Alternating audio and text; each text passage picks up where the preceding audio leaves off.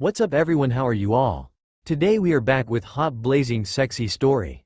What if Team 7 sent Naruto to the blood prison? If you enjoy then please like, share and do comments.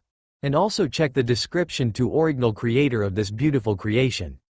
Naruto Uzumaki was hurt, both emotionally and physically. Pain like this wasn't anything new to him, he had experienced it all his life. This was, however, the first time he had felt so betrayed. He was currently laying on his stomach bleeding out in the forest of death with wound going from his right shoulder midway down his torso. Both his teammates had abandoned him after they had run into Orochimaru of the Sannin. Things with his team had been strained ever since the mission to Wave. Sakura had spent every available moment trying to get Sasuke's attention. Sasuke himself had become even more isolated and cold after he gained his Sharingan. The month leading up to the Chunin exams should have been a warning that things had soured to this point. Even Kakashi-sensei had been ignoring both him and Sakura and instead, had been training Sasuke with his newly awakened Sharingan, and no matter how much he complained he had always pushed him aside, promising that once he had better control of his chakra he would help him train more. Damn it, my vision's going blurry, thought Naruto as his surroundings started to blur together as he tried to crawl himself to the underside of a nearby tree so he wouldn't be completely defenseless. Naruto thought back to the encounter with Orochimaru and how utterly outclassed he had been even when using the Nine Tails chakra. His instincts were screaming at him to run away from the Snake Sannin, but he had foolishly ignored them. He at the time, still harbored hope he and his team could reconnect. Damn them, thought Naruto angrily.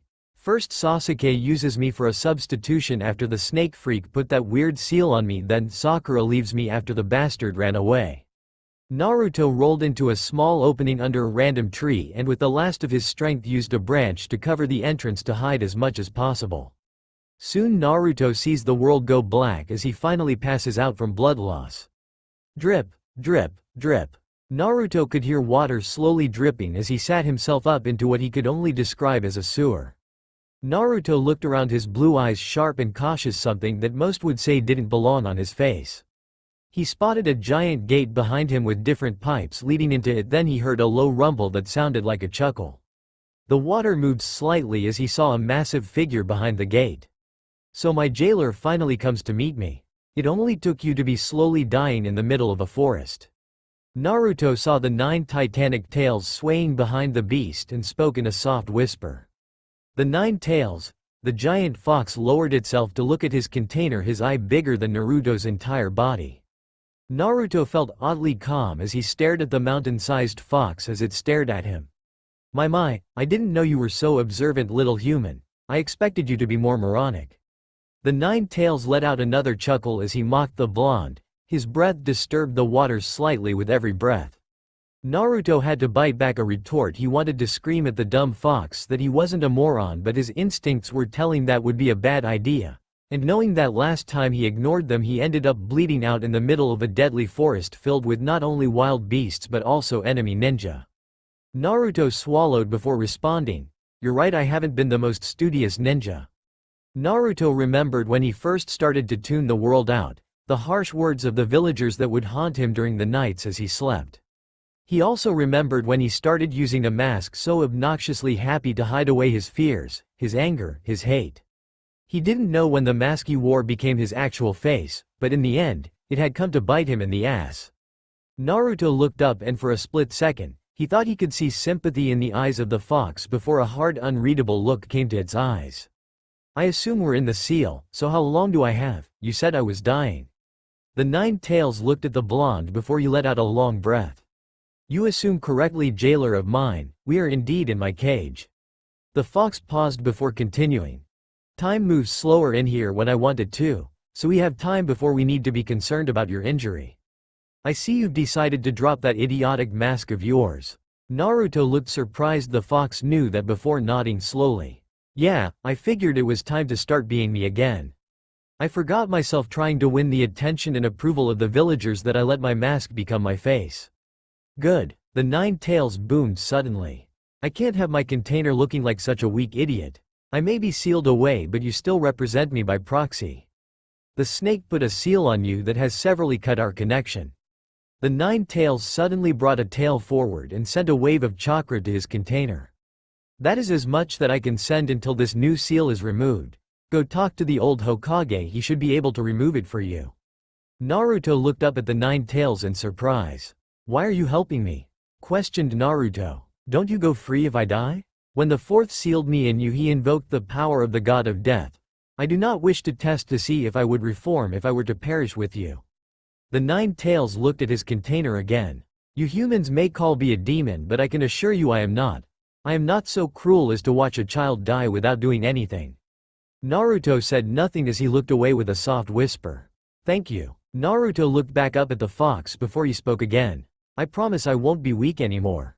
Naruto then felt a small pull in his navel. You're waking up. Remember that you're not only representing yourself but you're also representing me.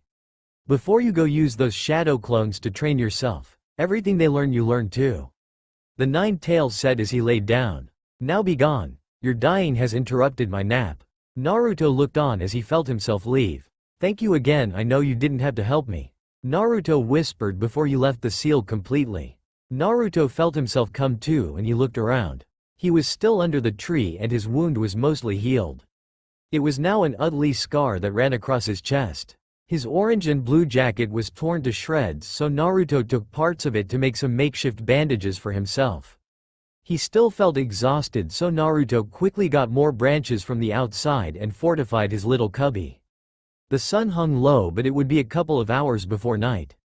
Naruto took advantage of the little daylight he had left and managed to fill his canteen from a nearby river and was lucky enough to grab a fish to eat for the day. He wanted to make the fire now as to not draw attention to himself at night while he was still so weak from the encounter with the snake Sannin. Naruto spent the next 3 hours slow cooking the fish as to not draw any teams to himself with a large fire, and as soon as night fell he ate his fish and went back inside the tree to think of his next move. I need to find my team, he thought to himself sarcastically. The fastest way out of this failed experiment of a team is to make Chunin. I'll look for them tomorrow and hopefully they're still alive so we can advance. Naruto then made a clone of himself. Damn, I usually make about 10 shadow clones with the amount of chakra I just used. I really need to get that damn seal off. Time to see if the fox was right. Hey, go outside and look around before you disperse yourself. Naruto ordered his clone outside and waited 5 minutes before a wave of memories hit him. Naruto's eyes widened. Holy crap, the amount of training I can get done with this is insane. Naruto then used a spare branch to cover himself for the night as an extra precaution against being spotted. Sleep overtook him quickly as he was already drained emotionally and physically from the day's events. Thoughts of all the ways he could use his clones to train filled his mind as he dozed off for the night. Naruto woke up early the next morning. He looked around outside and saw the sun was barely up. He quickly took note that he felt much better than the previous day, but his scar still hurt. Naruto gathered his equipment before heading high up into the trees. Once Naruto made it to a high branch, he made 5 clones and had them spread out as he made his way slowly towards the tower in the middle of the forest where the teams who had both scrolls would be gathering. Naruto traveled for hours before the memories of his clones came back to him. Naruto saw Team 10 going through their morning routine before packing up and following the river. His other clones saw random teams from the Rain Village and Sound Village along with 2 others from the Leaf he didn't recognize. Naruto stopped and started to set up traps around the clearing he was in for both animals and other ninjas. He made 10 clones and had them set a perimeter around him to warn him if anyone came by. Most of the village didn't realize, but Naruto was an expert in stealth. He had been hiding from villagers and later on from other ninjas when he would perform his pranks for years. Hiding his presence had become second nature to him when he was out performing his pranks. I'm already tired and it's only been half a day. Naruto thought to himself. I really need to fix my chakra control, it cost way too much energy making those 10 clones. Naruto then remembered how one of his academy instructors had mentioned one of the basic ways to learn to better chakra control inside his body was to meditate. He figured the seal had messed up his chakra flow by taking away the constant connection it had with the 9 tails, so everything was out of whack. Naruto found a spot hidden away from view between some thick branches and got into position by crossing his legs and having his hands touching in his lap. Soon he lost himself inside his meditation and he could feel his chakra flow around his body. He felt how turbulent it felt around his stomach where he knew his seal and the one Orochimaru placed on him were. The whiskered blonde spent the rest of the day until night fell, soothing out his chakra. Naruto only interrupted his meditation twice, once to kill a tiger that had been caught in his trap and to hide when a team of ninja from the Sound Village was spotted by one of his clones. This should be good. I feel a lot better with my chakra flowing more smoothly. I should be good to go find my team tomorrow and make sure they haven't killed themselves out there. Naruto thought sourly to himself.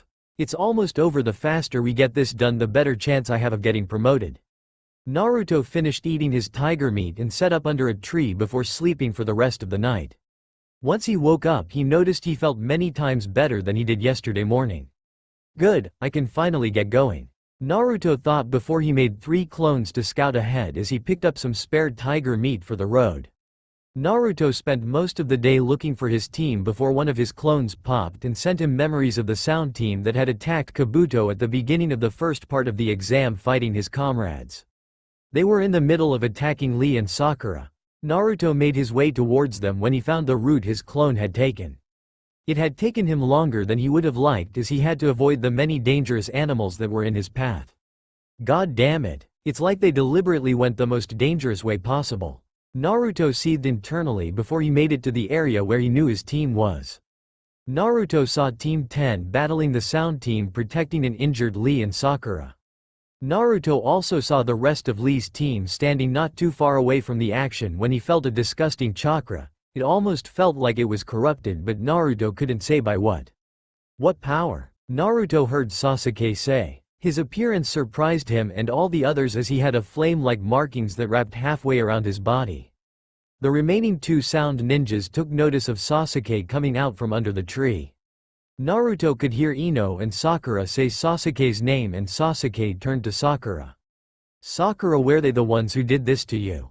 His tone was cold with an edge to it as Sakura nodded, nearly in tears from seeing him.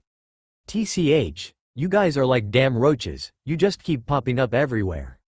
It doesn't matter though, I'll blow you all away. The sound ninja with spiky hair screamed before lifting up his hand and shouting. Decapitating airwaves. Naruto watched as Sasuke dodged the blow that tore the tree he was under away and stood behind him.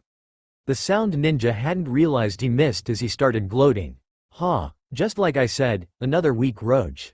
The sound ninja turned around quickly when he heard Sasuke speak. Such a weak attack wouldn't ever do something to a ninja of my level.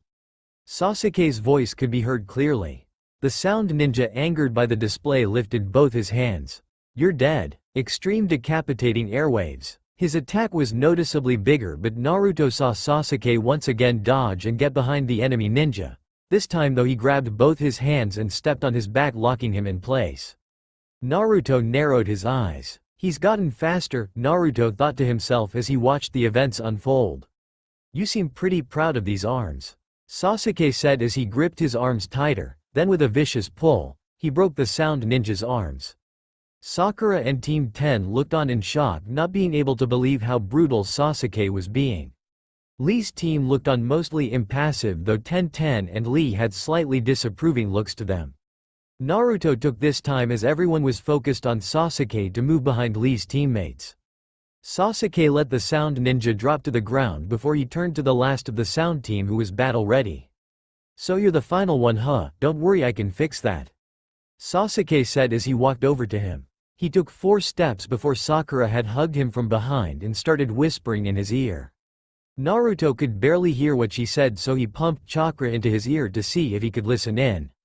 No, Sasuke, this isn't you, please, Sakura begged Sasuke, who Naruto saw slowly started to slump down as the markings slowly receded into the mark on his neck. Looks like I wasn't the only one the snake bastard left a mark on, Naruto thought to himself as he saw the sound ninja reach into his kunai pouch and took out an earth scroll. We can't fight any longer, Sasuke Uchiha, you are clearly stronger than us. I'll give you our scroll if you allow my teammates and I to leave. Naruto saw Sasuke nod before the sound ninja threw him the scroll and quickly and quietly picked his teammates up and left. With that, everyone in the clearing let out a sigh of relief as Team 10 went to Sasuke and Sakura to help them with their wounds. By this point, Sasuke had collapsed as the final marking receded into his seal. Man, that was such a drag. Choji pulled out a bag of chips before responding to Shikamaru. Yeah, those sound ninjas were tough. Ino meanwhile was busy helping Sakura even out her hair as it had been cut sometime since the last time Naruto saw her. "Come on Sakura, I'll even this out quick." Sakura looked over at Ino and nodded in gratitude. "Thanks, Ino pig." Ino smirked back before replying. "Don't think just because I'm helping you means I'll let you have Sasuke." Ten and Neji dropped down and Ten picked Lee up. Naruto heard Lee talk to his teammates. "Sorry guys, it seems my flames of youth were not enough. I'll make this up by running 30 laps around the village." Ten looked at Lee with a sweat drop before smacking Lee. "Don't be an idiot Lee, we still have to pass the exam." Neji, who was standing slightly away from the groups, looked around before he spotted Team 7 sans Naruto. "Give me your scroll, you're down a member and already failed the exam." Team 10 and Sakura tensed. Naruto quietly made a single clone before deciding to make himself known as he jumped down and landed between the combined Team 7 and 10, separating them from Neji. "You're not getting our scroll." Naruto's appearance shocked the group. Team 10 was wondering where Naruto had been and Lee's team was surprised they hadn't sensed him. Neji dropped into his stance until Naruto looked at him and spoke. "I wouldn't do that if I were you." Neji glared at the blonde before speaking. "And why wouldn't I want to? Fate has already declared me the winner." Neji smirked before he felt a kunai touch his throat. His smirk fell as he activated his Byakugan and saw a shadow clone behind him. Everyone was still as the two genin glared at each other. The tense silence was broken by Ten, who spoke to Neji. "Let it go for now Neji, we don't even need their scrolls." Neji nodded and Naruto dispelled his clone as Neji took off with an apologetic Lee and Ten, who gave a small and quick wave to them. Naruto then turned around before looking at the stunned Team 10 and he asked them, "What about you guys?" Shikamaru was the first to answer. "Troublesome, no, we're not gonna fight. We just came to help out some fellow Leaf Ninja." Choji just nodded along, agreeing with Shikamaru. "Yeah, we also have an Earth Scroll." Ino snapped out of her stupor and noticed the makeshift bandages. "Didn't you bring any healing supplies Naruto? That looks like a serious injury." Naruto looked down at his chest where the remnants of his orange jacket lay. "We gave all our healing supplies to Sakura when we entered the forest." Naruto's tone was cold and even in it freaked Ino out, who had never seen the blonde act so serious. "Well, why didn't you go to her when you got hurt, you dumbass?" Ino's tone was sharp as she tore into Naruto. There was a small pause before Naruto answered. He wanted to scream right back at Ino, but he had dropped his mask. There was no reason to overreact. Naruto finally answered, "We got separated." Sakura flinched at this, her head hanging low in shame. Ino looked over at Sakura and asked her for some bandages when she shook her head, saying she used them all on Sasuke's injuries. Ino looked upset before she reached into her pouch and brought out some of her supplies. "You're lucky I brought extra supplies Naruto." Ino's tone was annoyed as she walked over to Naruto. "Now sit, I'll bandage you up." The others looked on surprised before Ino turned to them and yelled, "Don't just stand there, go set up a camp for the night you idiots." Choji and Shikamaru grumbled to themselves about bossy blondes before heading off to make a fire. Naruto looked at Ino as she took off the shredded jacket and shirt and saw the scar that ran across his chest. "Thank you Ino." The blonde looked up and blue eyes met. Ino frowned before replying, "Don't look too much into it. I'm just helping out a fellow team." Naruto said nothing as Ino finished wrapping his torso up. "How did this even happen?" Ino's questioned the injured blonde. Naruto frowned and had to hold back the anger he felt towards his team. He replied eventually as she moved away from him, "We got ambushed and I was caught off guard by how skilled the enemy was." Ino's frown deepened before she looked him over. "You have to be more careful Naruto, this isn't the academy anymore." Ino's reply sent a wave of anger through his body before he pushed it back down as Ino didn't know what really happened. "Yeah, it won't happen again. That I promise." The two blondes made their way over to the rest of the group with Sasuke was put under another tree and Sakura, Choji and Shikamaru were sitting around the newly made fire. Naruto looked at Sakura, who looked away from his gaze. He turned to the other two and addressed them. "Thank you for helping out my team guys." Choji nodded. "No problem Naruto, we couldn't just sit there and do nothing while they were being attacked." "TCH, yeah it was troublesome, but if we hadn't helped Ino would have yelled at us until we were deaf." Shikamaru laid down after he said this.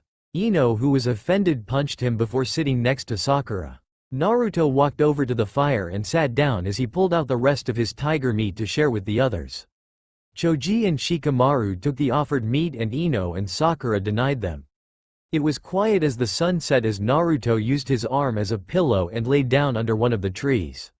They had all went to different trees to sleep. Team 10 and Sakura were taking watch tonight. He offered but was shot down, Ino telling him he should rest. Naruto meditated before he let sleep claim him. Only 2 days left, we need to move fast tomorrow. Naruto's thoughts drifted to his team. Just 2 more days and we can get out of this horrible place. Naruto's last thought of the night was of his promise to the 9 tails and how he promised he would never be weak again. Naruto felt himself wake up and quickly made his way out from under the tree where he was resting. He spotted Ino awake and slowly made his way towards her. He also noticed Sakura waking up from her spot next to Sasuke where she had most likely spent the night watching him when she wasn't on watch. Naruto made a clone to go out and find an animal so they could eat before they left as he started up the fire that they had put out last night as to not attract attention. "Hey Naruto, you're up early, are you sure you should be up so early? The sun just came out." Ino's voice snapped Naruto from his thoughts as he turned towards her. "I want to get the day started as early as possible. The faster we can get the scrolls we need, the faster we can leave this forest." Ino looked surprised before letting out a small chuckle as she looked at his bandages and noticed they were still in pretty good condition. "Yeah, I miss my bed. This place is crazy." Even Sasuke was hurt. Naruto frowned at the mention of his teammate. He was once again interrupted from his thoughts when his clone came back with a rabbit. Ino looked at the clone and saw it had brought food and her eyes widened a bit. "I didn't know your clones were so useful." "They're very useful, but they cost a lot of chakra." Naruto took a moment before setting the rabbit over the fire as his clone had already skinned it. "Ino, go wake up Choji and Shikamaru and I'll wake up my team." Naruto had to hold back the venom that wanted to leak into his tone. Ino nodded before walking over to where her teammates were resting. Naruto walked over to Sasuke's tree as he heard Sakura speak to him for the first time since she had abandoned him. She had circles in her eyes from lack of sleep.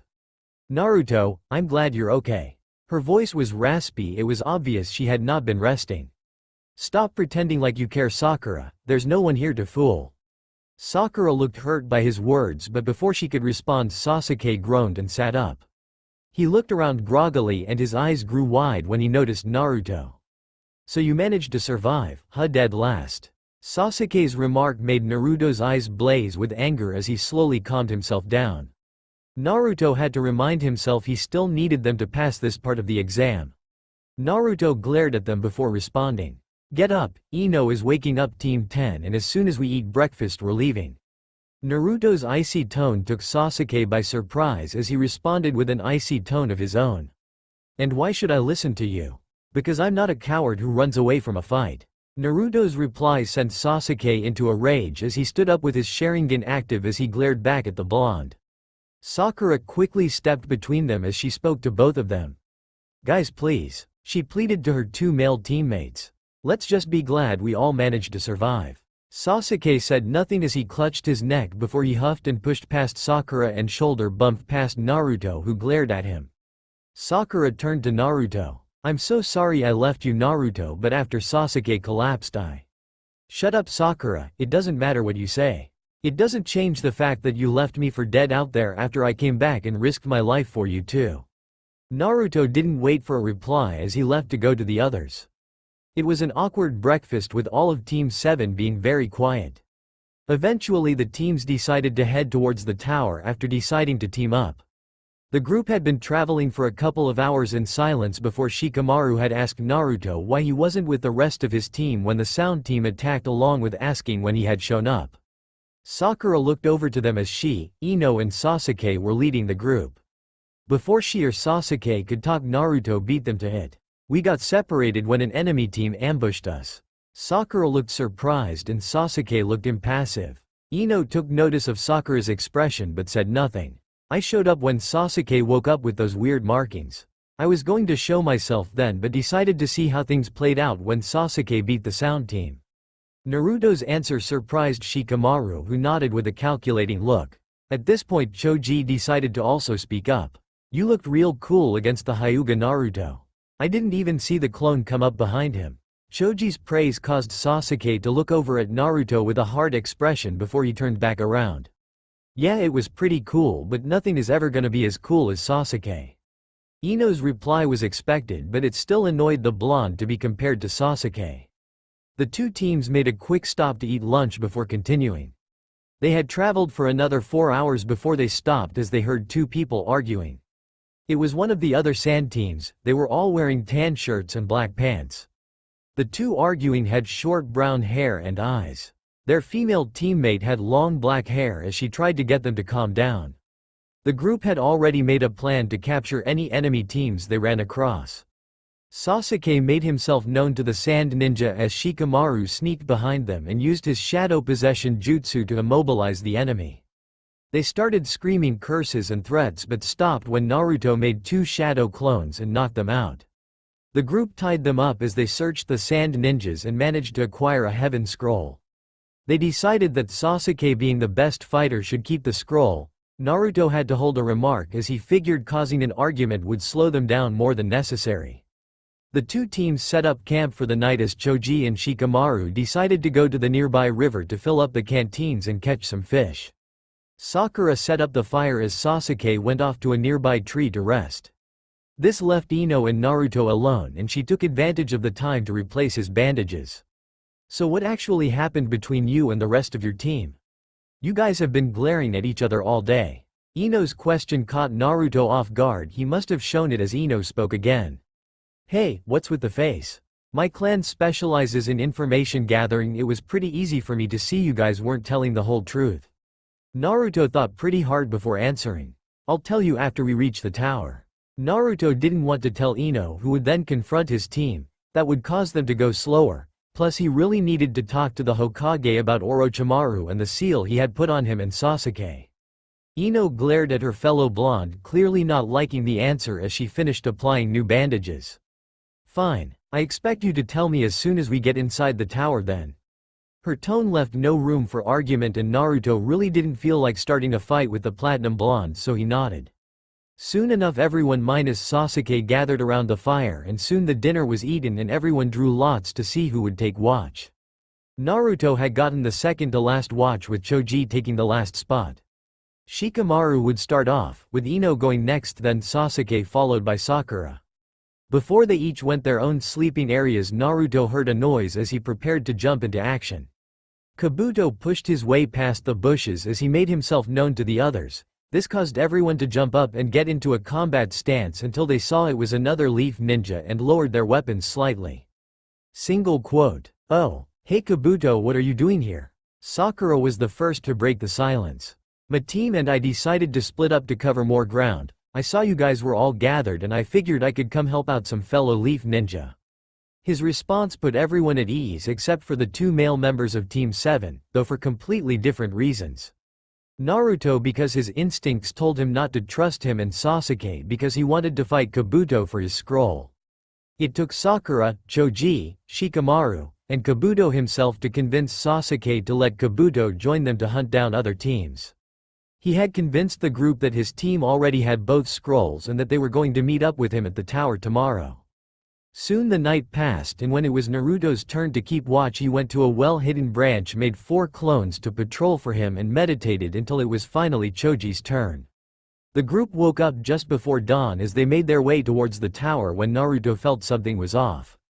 He noticed his chakra had shifted slightly and quickly cleared the disturbance and saw he was put into a mild genjutsu. Naruto stopped and warned the others. Guys, stop, we were put under a genjutsu. Sasuke was quick to reply. And how would you know, loser? His voice carrying a mocking undertone. Kabuto put his hands together and shouted, release, and confirmed that they were in a genjutsu. Sasuke glared at Naruto before releasing the genjutsu himself as the others followed suit. The group was on guard as a voice spoke out and 3 figures rose from the ground. So you noticed the genjutsu, huh? Well, it doesn't matter, we will be taking your scrolls from you now. The middle ninja said. Naruto noticed that all the genins were wearing respirators and were from the Rain Village. They all had on a tan jumpsuit and masks around their eyes, with the one on the left covering one eye and the one on the right covering both eyes. The middle one had 2 eye holes and was glaring at the group. Sasuke stepped up to the rain ninjas. HMPH, you weaklings are the ones who are about to lose their scroll. Sasuke then rushed towards them and punched the one in the middle and was shocked to see his fist phase through him before receiving a counter punch from the one-eyed rain ninja. Sasuke rolled with the punch and backed up where everyone got into their fighting stances. The rain ninjas seemed to multiply as more and more of them rose from the ground around them. Oh man, there's a lot of them. Choji's voice cut through the air as random clones rushed the group who started to fight back only for their attacks to go through them just like Sasuke's attack. Random clones would counterattack against the group, making everyone even more confused when their attacks would fail. Naruto suddenly moved his head to the left as he felt the wind from the rain ninja's punch. Acting on instinct, he grabbed the outstretched limb, before turning around and tossing him over his shoulder onto the ground before delivering a devastating haymaker to his face, breaking his respirator and knocking the rain ninja out. The real ones are hiding with the clones. Naruto warned his companions as he saw Sasuke activate his Sharingan with a look of anger and kicked the one who had his eyes covered in the stomach, and as he doubled over Sasuke took advantage by uppercutting him and knocking him out. The last rain ninja tried to run away but was caught by Shikamaru's shadow possession jutsu.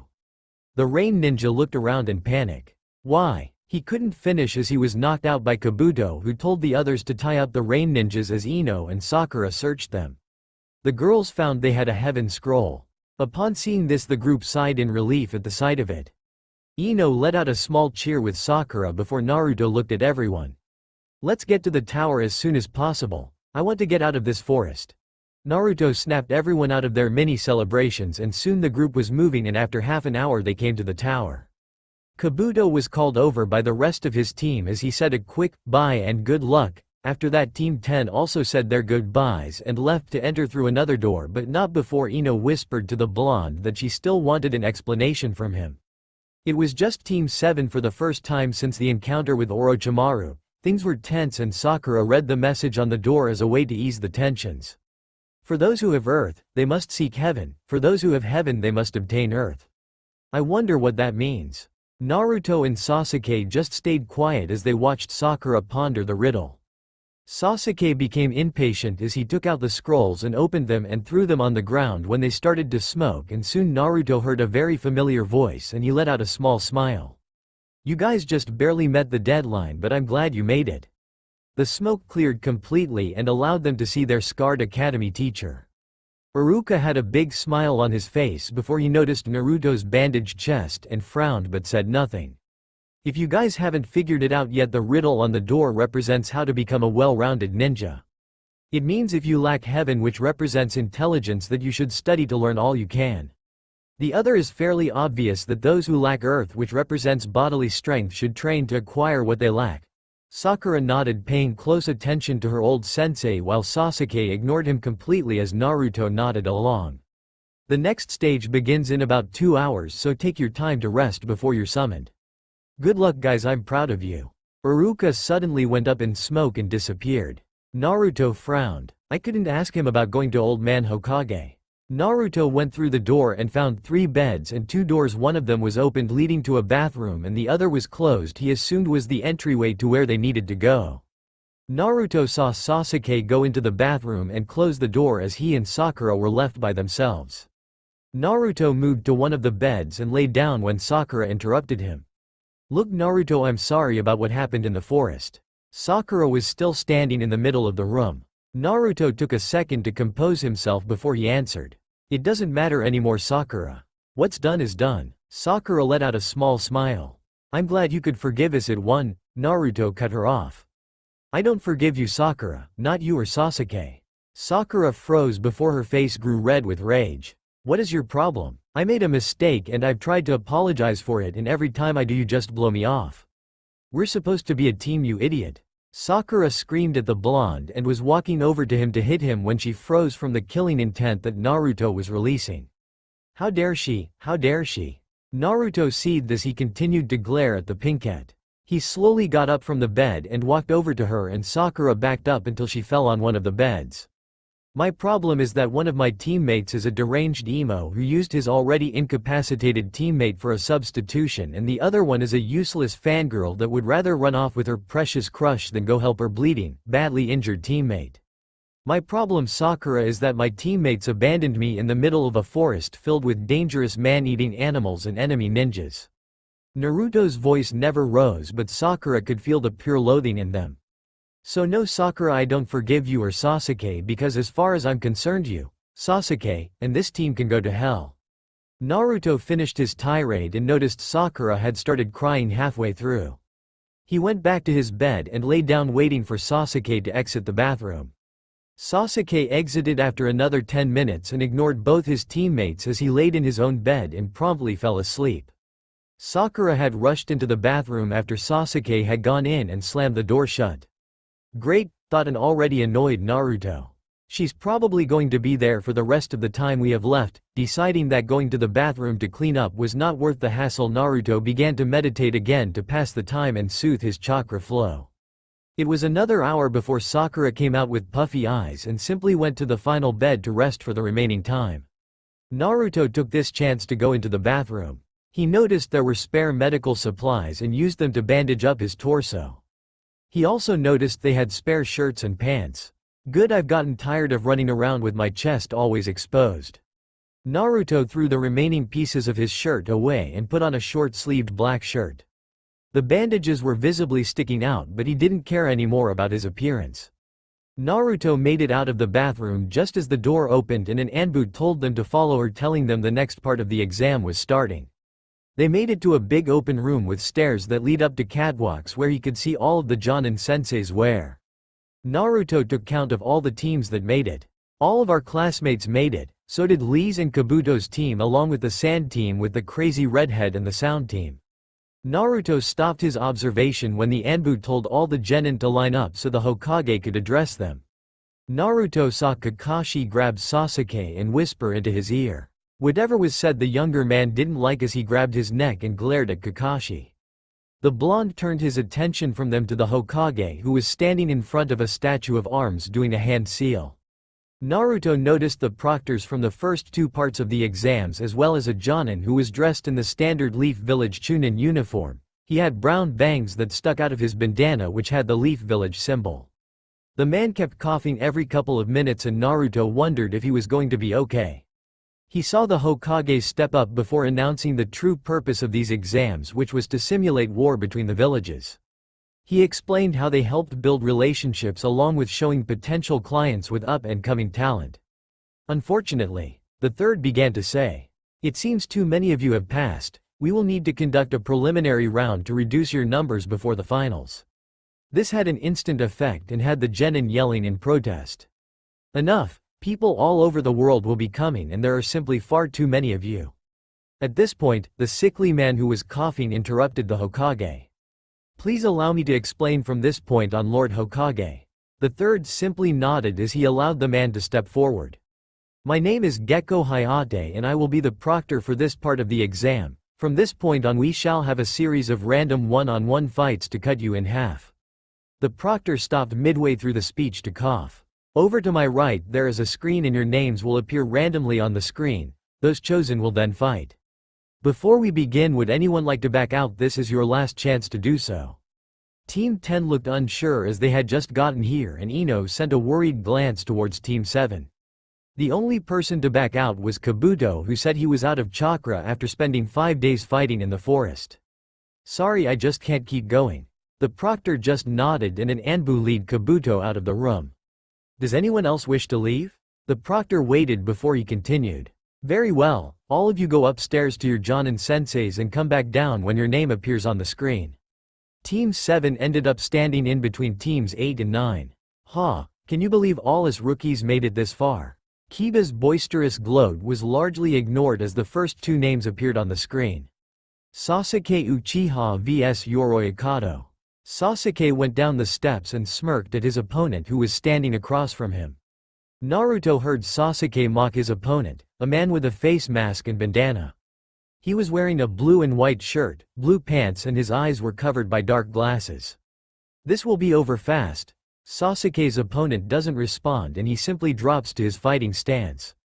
"Do you think Sasuke is healed enough to fight him?" Naruto turns to Ino. His response of, "I don't really care," never came out as he looked back to the ninja down below. "I'm sure he'll be fine." Naruto's response caught Kakashi's attention as he was expecting a more Naruto-like response. Ino just nodded as everyone turned to the proctor who started speaking. If both parties are ready. The proctor paused to make sure both genins were prepared. Begin. Sasuke dashed towards his enemy as soon as the proctor said to begin. He tried to hit him several times with punches and kicks, but Yoroi, who was Kabuto's teammate, dodged them before grabbing one of Sasuke's kicks and threw him across the room. Sasuke flipped in the air before landing on his feet, an angry scowl marring his face. So this is all the mighty Uchiha clan has to offer, huh? This is disappointing. Don't worry, I won't make this last too long. I'll finish this with my next attack. Naruto could see that the remarks angered Sasuke even more. The Uchiha started going through some hand seals but stopped halfway as he clutched his neck. It looks like that mark is still hurting him. Ino's concerned voice was heard over the gasp Sakura was releasing. Naruto didn't say anything as he stared down at the fight going on below. Sasuke once again ran through hand seals as Yoroi rushed him. Sasuke took a deep breath before shouting, "Fire style! Fireball jutsu!" Yoroi dodged to the left. He didn't dodge fast enough to completely avoid it. A part of his shirt was singed by the fire. Sasuke, with unexpected speed, ran at him and elbowed the older genin in the face. Yoroi was pushed back by the blow and Sasuke tried to follow up with a kick, but Yoroi grabbed Sasuke's leg mid-swing and threw him on the ground. Sasuke tried to get up but was quickly straddled by the older genin. "It's over," Yoroi exclaimed as grabbed Sasuke by the face, his hand glowing because of his jutsu. Sasuke struggled under the bigger man but managed to uppercut him. Using the opening, he head-butted the older genin and freed himself from his grasp. Naruto noticed that his teammate looked a lot more worn out than he should have. Kabuto's teammate looked slightly rejuvenated. Sasuke glared at the man and the masked genin simply chuckled. "I see you noticed. My jutsu allows me to drain the chakra of my enemies and add it to my own." Naruto heard several gasps from the other rookies around him and saw that Sasuke glared at the man before grabbing his neck in pain. He looked over at Kakashi and saw he was watching the match intently. Naruto saw Sasuke activate his Sharingan before he moved so quickly that Naruto almost didn't notice him. "So you copied Lee's technique." This time Naruto heard Lee and his sensei Guy gasp in shock as they looked on. Sasuke had gotten below Yoroi before kicking him up in the air. As Yoroi was hanging in the air, Sasuke blurred behind him. Sasuke grimaced in pain as his mark flared before receding back to the seal. He kicked Yoroi's side to maneuver himself above him. Sasuke launched punch to his opponent's face before spinning and hitting him with an elbow that made the older ninja hit the ground just as Sasuke landed an axe kick to his stomach that cracked the floor under them. He heard his teammate shout out the name of his new move. Lion's Barrage. Sasuke stood up and stepped away as the proctor walked over and checked on the downed ninja. Yoroi Ikado is unable to continue. The winner is Sasuke Uchiha. The other rookies, mostly Sakura and Ino, let out cheers. Naruto just let a small frown come to face. Kakashi made his way over to Sasuke before he took him away. Ino noticed that Naruto was frowning and called him out on it. "Hey, aren't you happy your teammate won?" Her question brought the attention of Shino and Hinata. "To be honest, I really didn't care who won the match." His answer made Hinata give him a concerned look as Shino looked undisturbed. Ino, who traveled with Team 7 for days, knew how high the tension was there. Sakura, who was standing nearby, just had an angry face on. The conversation was cut short as the proctor called the next two participants. "Would Shino Aburame and Zaku Abumi please come down?" The two genins made their way down. Zaku had his arms in a sling thanks to the injuries from Sasuke. The two stared each other down before the proctor spoke up again. "If both fighters are ready, begin." The proctor jumped back to give the genin more space. "You should give up, you have no chance of winning." "Why?" "Because you are already injured and I am not." Shino's calm and collected tone seemed to tick off the sound ninja. "That's the difference between us. I'm a lot stronger than any of you weak leaf ninja." Zaku raised his left arm and started firing a burst of wind at Shino, who simply dodged and let his insects swarm around him. "You've made a foolish mistake." Shino started sending wave after wave of his bugs at Zaku, who tried to fend them off with his one good arm. But no matter how much he struggled, he couldn't get rid of all of them. "You should forfeit." "Why?" Because you are outmatched. Zaku grit his teeth as he brought out his other arm from its sling. I always have a trump card. Zaku screamed at Shino as he raised both his arms and pointed them at him. Extreme decapitating airwaves. There was a moment of silence before Zaku's arms exploded at the elbows as he screamed in pain and fell to the ground. There were insects in his arm tubes that had plugged up the escape. All around there was a stunned silence. Naruto looked around and saw that Ino looked pale and that every one of the rookies sans himself and Shikamaru looked a little green. I always thought he was creepy in the academy, but that was a whole new level of disturbing. Ino let out a small shudder and Sakura nodded along. Hey, Shino is always quiet but he's dangerous. He's probably the opponent I would like to fight least out of all us rookies. Kiba's comment was met with silence and a quiet, troublesome, from Shikamaru. That's a scary kid you got there, Kurenai. Asuma said to the only female sensei of the rookies who looked at her fellow Jonin.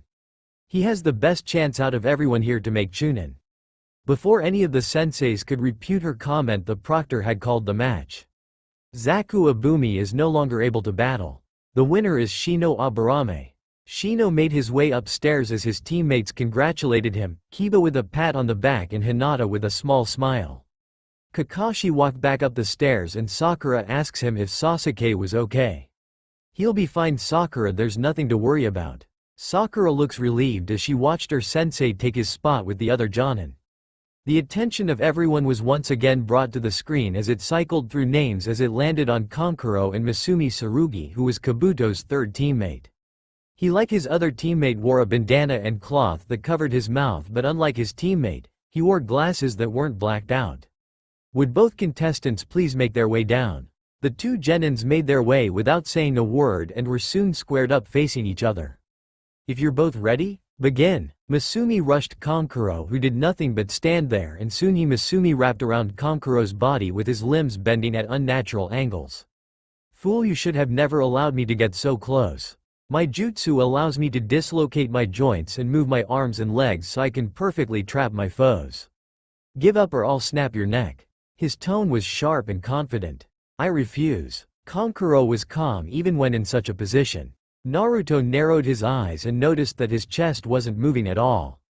He's not breathing. Naruto paid extra attention to the fight. Then Masumi followed through with his threat as he twisted Kankuro's neck. You should have listened. He dropped Kankuro's dead body on the ground and addressed the proctor as gasps could be heard from those around the room. Call the match. He shouted in surprise when he was suddenly wrapped up by Kankuro's body just like he had held him mere moments ago. He turned to look at him to see his face peeling away to show a wooden puppet underneath. What? How? From the beginning, you never stood a chance. Kankuro's voice came from the bundled wrap on the ground that his puppet was carrying. Masumi looked stunned before looking to the proctor. IGIV, before he could finish, Naruto saw Kankuro clench his hands and soon the sound of bones breaking filled the room as his opponent dropped to the ground unable to support himself. Hey, now it's over. The proctor quickly called the match for Kankuro as medics came in and took Masumi away. Naruto looked and saw that Ino had a sickly face. I can't believe he would do that. He was in the middle of giving up. Anything is legal as long as there is no outside help. The only rule is you fight until your opponent gives up, is unconscious or dead. Naruto's hard tone took many of those around him by surprise, especially his team's sensei who looked at Naruto with his one uncovered eye. The screen soon ran through more names until it stopped on two very familiar names. Sakura Haruno vs Ino Yamanaka. The proctor called both of them down. Good luck, Ino. Naruto's remark caused everyone to look at him in shock, as it wasn't a secret that the blonde had a huge crush on the pinkhead. Sakura had a look of betrayal but was soon covered by anger as she made her way down. Thanks, Naruto, but I don't need luck against forehead. Ino's voice was full of confidence. Naruto simply shrugged and nodded as Ino was making her way down. Kakashi spoke to his most boisterous student. That wasn't very nice, Naruto. Just because you have a new girlfriend doesn't mean you should cheer against your teammate. Kakashi had purposely phrased his comment as to get a reaction out of his student. He was expecting him to splutter and blush as he denied his claims. What he got threw him for a loop and had him wondering what was wrong with his student. It also got the attention of Ino's team along with Hinata and her sensei. Ino's not my girlfriend, Kakashi. I was just being civil with her for helping me in the forest. Naruto's calm response made everyone question if it was actually him and not someone else as Kakashi noticed the lack of sensei to his name. Before he could question it further, the proctor asked if both fighters were ready. Begin. The proctor jumped back from the two girls who simply stared at each other. Before removing their forehead protectors from their individual places on their body and tied them around their foreheads. The two glared at each other before running at each other, meeting in the middle of the room, engaging in a taijutsu match. The two began to exchange punches and kicks, but neither was landing a blow on the other.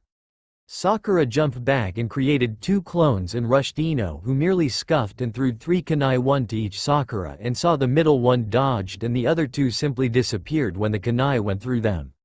You're gonna have to try harder than that, forehead. Ino mocked her rival. Sakura said nothing and began an exchange again until Ino overextended a punch and Sakura was able to land a right-handed punch to her face. The two separated after Sakura landed her punch and Ino smirked. I'm glad you're taking this seriously. Sakura frowns and tries a new tactic, seeing as this was getting nowhere. I always take things seriously, unlike you who spends too much time caring about how she looks. Naruto, who was listening to them, let out a small huff. Hello Kettle, have you met Pot? Naruto's thoughts were interrupted by Ino cutting pieces of her hair and throwing it at Sakura. Fine then, let me show you how serious I can get.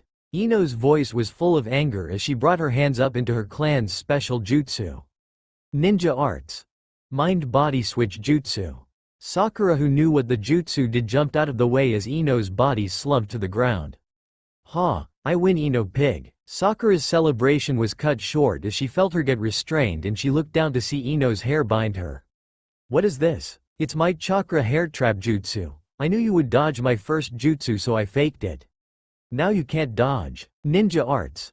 Mind-body switch jutsu. Ino fired her technique and once again fell limp as Sakura stood up with Ino's hair falling to the ground. Sakura slowly raised her hand and spoke to the proctor. I give you. Before she could finish speaking, she bit her lip hard enough to draw blood. Ino jumped up from unconsciousness as she looked around confused. Both kunoichi looked to be breathing heavily. I don't know how you managed to escape, but it doesn't matter, you're going down. Ino's declaration would have been more believable if she didn't look like a gust of wind would knock her down. Bring it, Ino. Sakura and Ino then rushed at each other before simultaneously landing punches on each other as they knocked themselves out. Naruto turned when he heard Tenten laugh and spotted Kurenai giving both Asuma and Kakashi disapproving looks. The proctor proclaims the match a draw and soon Ino and Sakura were brought up when the medical team woke them up. Both Ino and Sakura looked happy and determined even though they lost and neither would advance. You got lucky that you faced each other. Ino and Sakura looked at Naruto with curious expressions. What's that supposed to mean? Ino's tone was hard. It means if you had faced any of the sound ninja or the red-headed sand ninja you would have died. Naruto's statement sent chills through their spines as they looked at the redhead who was releasing copious amounts of killing intent. Go Tenten, show them your flames of youth. Naruto's attention was brought to Lee and looked towards the screen to see Temari vs Tenten. Both kunoichis were already down the steps. The proctor started the match and jumped away. I'm glad I get to go after the disappointment that was the last match. I can show everyone not all kunoichi are useless fangirls. Tenten's statement was met with shouts of anger from Ino and Sakura who were ignored. HMPH, we'll see about that. Temari's statement caused Tenten to grow angry as she started pulling out scrolls from her ninja pouch, unsealing a ridiculous amount of weapons that flew at the sand kunoichi. Temari grabbed the fan of her back and opened it slightly to show a single crescent moon and swung her fan, making a gust of wind that completely stopped the barrage of weapons. If this is all, I'm going to be very disappointed. Tenten with a look of determination unsealed a bow staff and ran at the blonde only to be blasted back when she was hit with another blast of wind. Come on Tenten, you can do it. Lee's encouragement was heard by everyone. She got a bad matchup.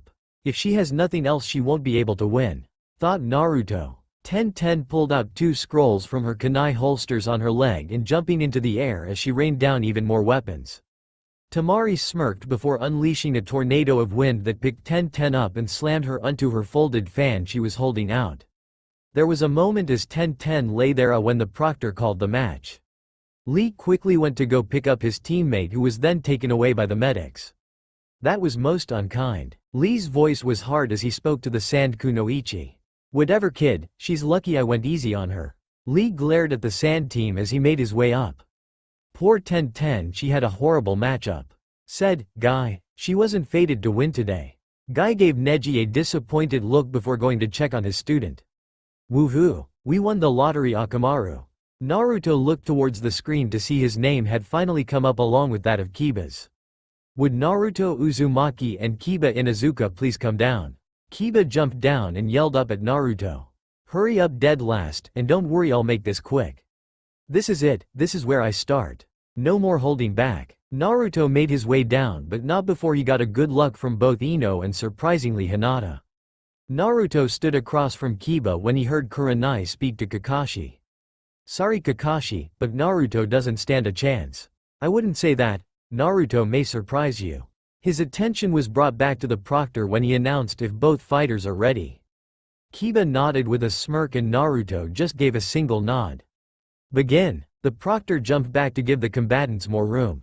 Hey, stay back buddy, I won't need you for this. Get ready Naruto, cause I'll end this in one hit. Kiba ran at Naruto with surprising speed and tried to elbow him in the gut.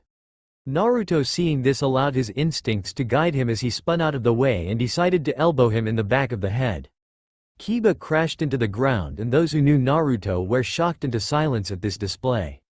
Wow, when did Naruto get so good? Said Ino. Troublesome blondes. Shikamaru was instantly rewarded with a slap to the back of the head. As Sakura looked on with slight concern. Naruto jumped back to avoid a sweeping leg kick from Kiba as he stood back up and wiped the blood from his nose. You got lucky Naruto. Naruto stared down Kiba as he shouted at him. Kiba decided to throw some kunai at Naruto and as he dodged he ran up to him and tried to punch him. Naruto grabbed his punch and threw him away from himself. Fine, I'll stop messing around, let's go Akamaru. Kiba reached into his pouch and threw several pellets at Naruto and soon he was surrounded by the smoke. Naruto closed his eyes and focused on his senses and jumped backward as he felt a small object bite onto his shirt and tore it away. Great, I just got that shirt. Naruto quickly refocused as he felt two presences coming at him from either side. He reached out and grabbed Akamaru from the air as he tried to bite his arm and quickly kicked Kiba out of the smoke. Kiba slid to a stop and saw two Narutos, one holding Akamaru and the other standing off to its left. Give up Kiba. Naruto's tone was cold and Kiba felt himself shiver involuntarily from the slight killing intent he was giving off. There's no way I'm giving up. Akamaru catch. Kiba threw a pill at Akamaru that he had gotten out when he had seen Akamaru get taken. Naruto grabbed the pill from midair and crushed the pill in his hands. If you want to continue fine, but it's going to be just you and me. Naruto signaled to his clone who quickly jumped up to the statue and held Akamaru there. You asked for it Naruto. Ninja arts. Beast mimicry all fours jutsu. Kiba shot off towards Naruto faster than ever before and Naruto rolled to the left and as he was getting up he heard Kiba shouting. Ninja art. Fang over fang. Naruto jumped straight up to dodge Kiba who was spinning so fast he had become a tornado. Unfortunately, he wasn't fast enough and his bandages got torn off allowing everyone to stare at his barely healed scar that ran across his chest.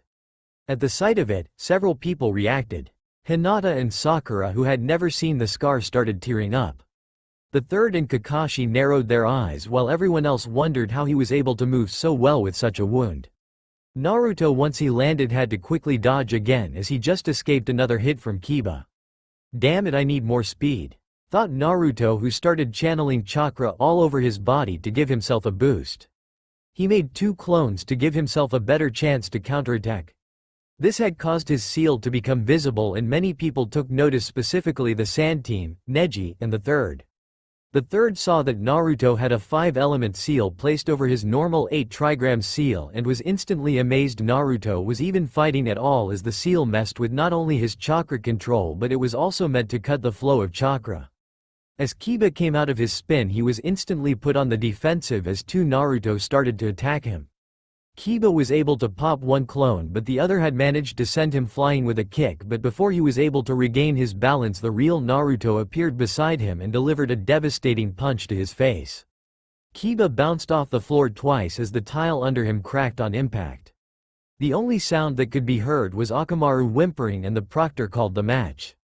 Winner, Naruto Uzumaki. Naruto looked up at the catwalk where the rest of the rookies were staring at him shocked. The third made a quick signal to the Anbu informing them he would be leaving for a short while, then signaled the medics to take Naruto to a private room. Soon the medics took both Kiba and Naruto away as people assumed it was to deal with the giant scar on his chest. As he left, he could hear the others talking about him. Wow, I didn't know Naruto had gotten so strong. Ino's voice held amazement as all the other rookies nodded along in mute silence.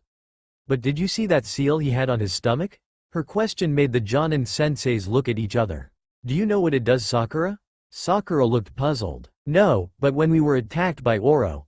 Sakura was stopped by Kakashi, who had nudged her side, who nodded slightly. This act didn't go unnoticed by Shikamaru, Neji, Shino, and Ino. By the enemy sound team, one of them did hit him in the stomach with a weird jutsu before making him pass out. The others didn't say anything as the next contestants were soon called out. Would Shikamaru, Nara, and Kintsuchi please make their way down? Naruto could no longer hear what was said as he was taken into a private room, and soon the third came through the door. Hello, Naruto. How are you? The third's voice was calm and gentle like always. Naruto let out a small smile, one that the third had not seen since the blonde had been a small child. Hey old man. Honestly, I could be better. Naruto took a second before looking the old Hokage in the eyes, and the third was reminded of another blonde man for just a second. I'm assuming you already know that Orochimaru attacked Team 7. Yes, we got the information. We also know he placed a cursed seal on young Sasuke. The third paused for a moment before continuing. I was not aware he had placed a seal on you as well. The third let out a frown at this. Why didn't you inform Iruka or Kakashi about it? Iruka-sensei left it quickly for me to tell him, and I didn't see Kakashi until we were all in the big room. Naruto's words caused the aged Hokage to frown before nodding. Well, there's nothing that we can do about that now, but I can remove the seal from you right now. It was originally I who taught this jutsu to my students. I'm amazed you made it this far with the seal on. Soon the third's left hand was lit with blue fire as he touched Naruto's stomach. 5 elemental seal release. Naruto felt the effects instantly. Thanks, old man. No problem, Naruto. There are spare shirts over in the corner. The third pointed to the corner in the room where spare supplies were stacked. He then walked out of the room. You can go back and rejoin the others when you're ready. With that, the third left the room. Deep within Naruto's seal, the 9 tails lifted its massive head as he noticed the infernal seal being gone. Good, do not disappoint me, Naruto, the great fox thought to itself before going back to sleep. Naruto walked out to the main area after getting a new black shirt, and he noticed that Hinata and Neji were on the arena floor, and that Hinata was crying. This isn't good, Naruto thought to himself as he made his way upstairs.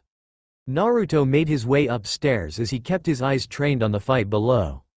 Something felt off, the tension in the room was suffocating. Give up, Hinata, no matter what you do, no matter how much you try. You can't defy fate. My eyes see everything and you are simply too weak to fight me. Hinata just stood there as more tears slid down her face. She was about to raise her hand when a voice she knew all too well sounded through the room in the form of a loud scoff. Neji turned to look at the blonde with a glare. Do you wish to say something? Our fates are in our own hands, Neji, and Hinata has more strength than you could ever imagine. Naruto spoke in an even tone. He had not intended to speak up, but Neji's talk of fate had really rubbed him the wrong way. Whenever he looked at Hinata, he saw past the shy exterior and saw the same look that Haku had. A look saying they would sacrifice everything for their loved ones, a look he saw in himself. Our fates were decided from the moment we were born. Neji had a very cold look on his face as he was angered by the blonde's words. If you truly believe that, then you're an idiot. Naruto let some of his own anger slip into his tone as the rest of the contestants looked at the exchange with intrigue. Neji sneered at the blonde and turned to Hinata to continue his tirade of insults when he saw the look of determination she now held. A few words from a fool won't change anything, give up. Hinata took a breath as she activated her Byakugan, got into her stance. I won't give up without at least trying. Neji looked furious as he ran at Hinata, and the two started a fight that was more akin to a dance than anything else. Wow, look at how they move, it's incredible. said Ino. Yes, that is the Hyuga-style taijutsu. It's one of the most dangerous taijutsu styles in the world. They can injure you with a single touch of a finger. The style relies on shutting down the chakra system in the body by closing tenketsu points one can only see with their bloodline. Guy told all the genin nearby when he heard Ino's remark. They're evenly matched, Sakura said as she looked at the two combatants as they stood still and traded palm strikes and finger jabs. Each blow was being slapped away and countered with a strike from the other. Naruto let out a small frown. No, Sakura and Ino turned their heads to him.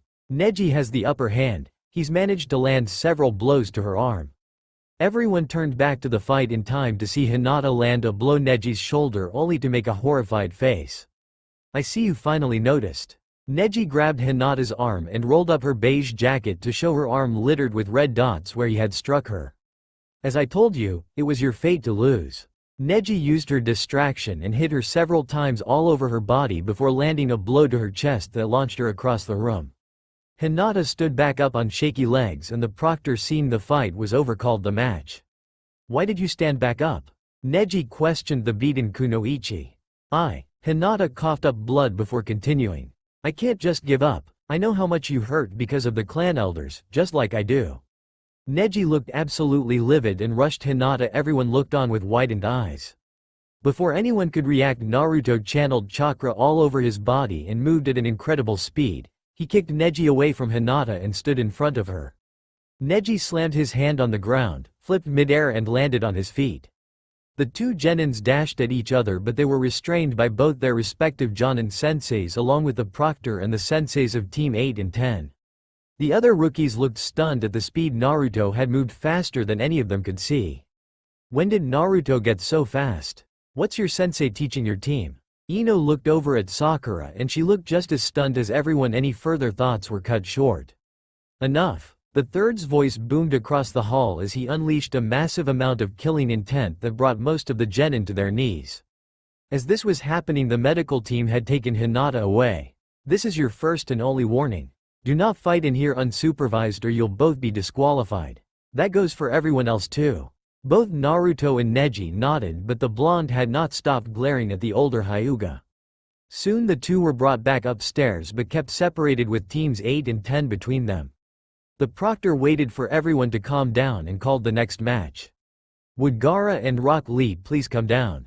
Lee looked, who had been quiet since his teammate had been called, exploded in a loud cheer. Yes, I'll finally show everyone my flames of youth.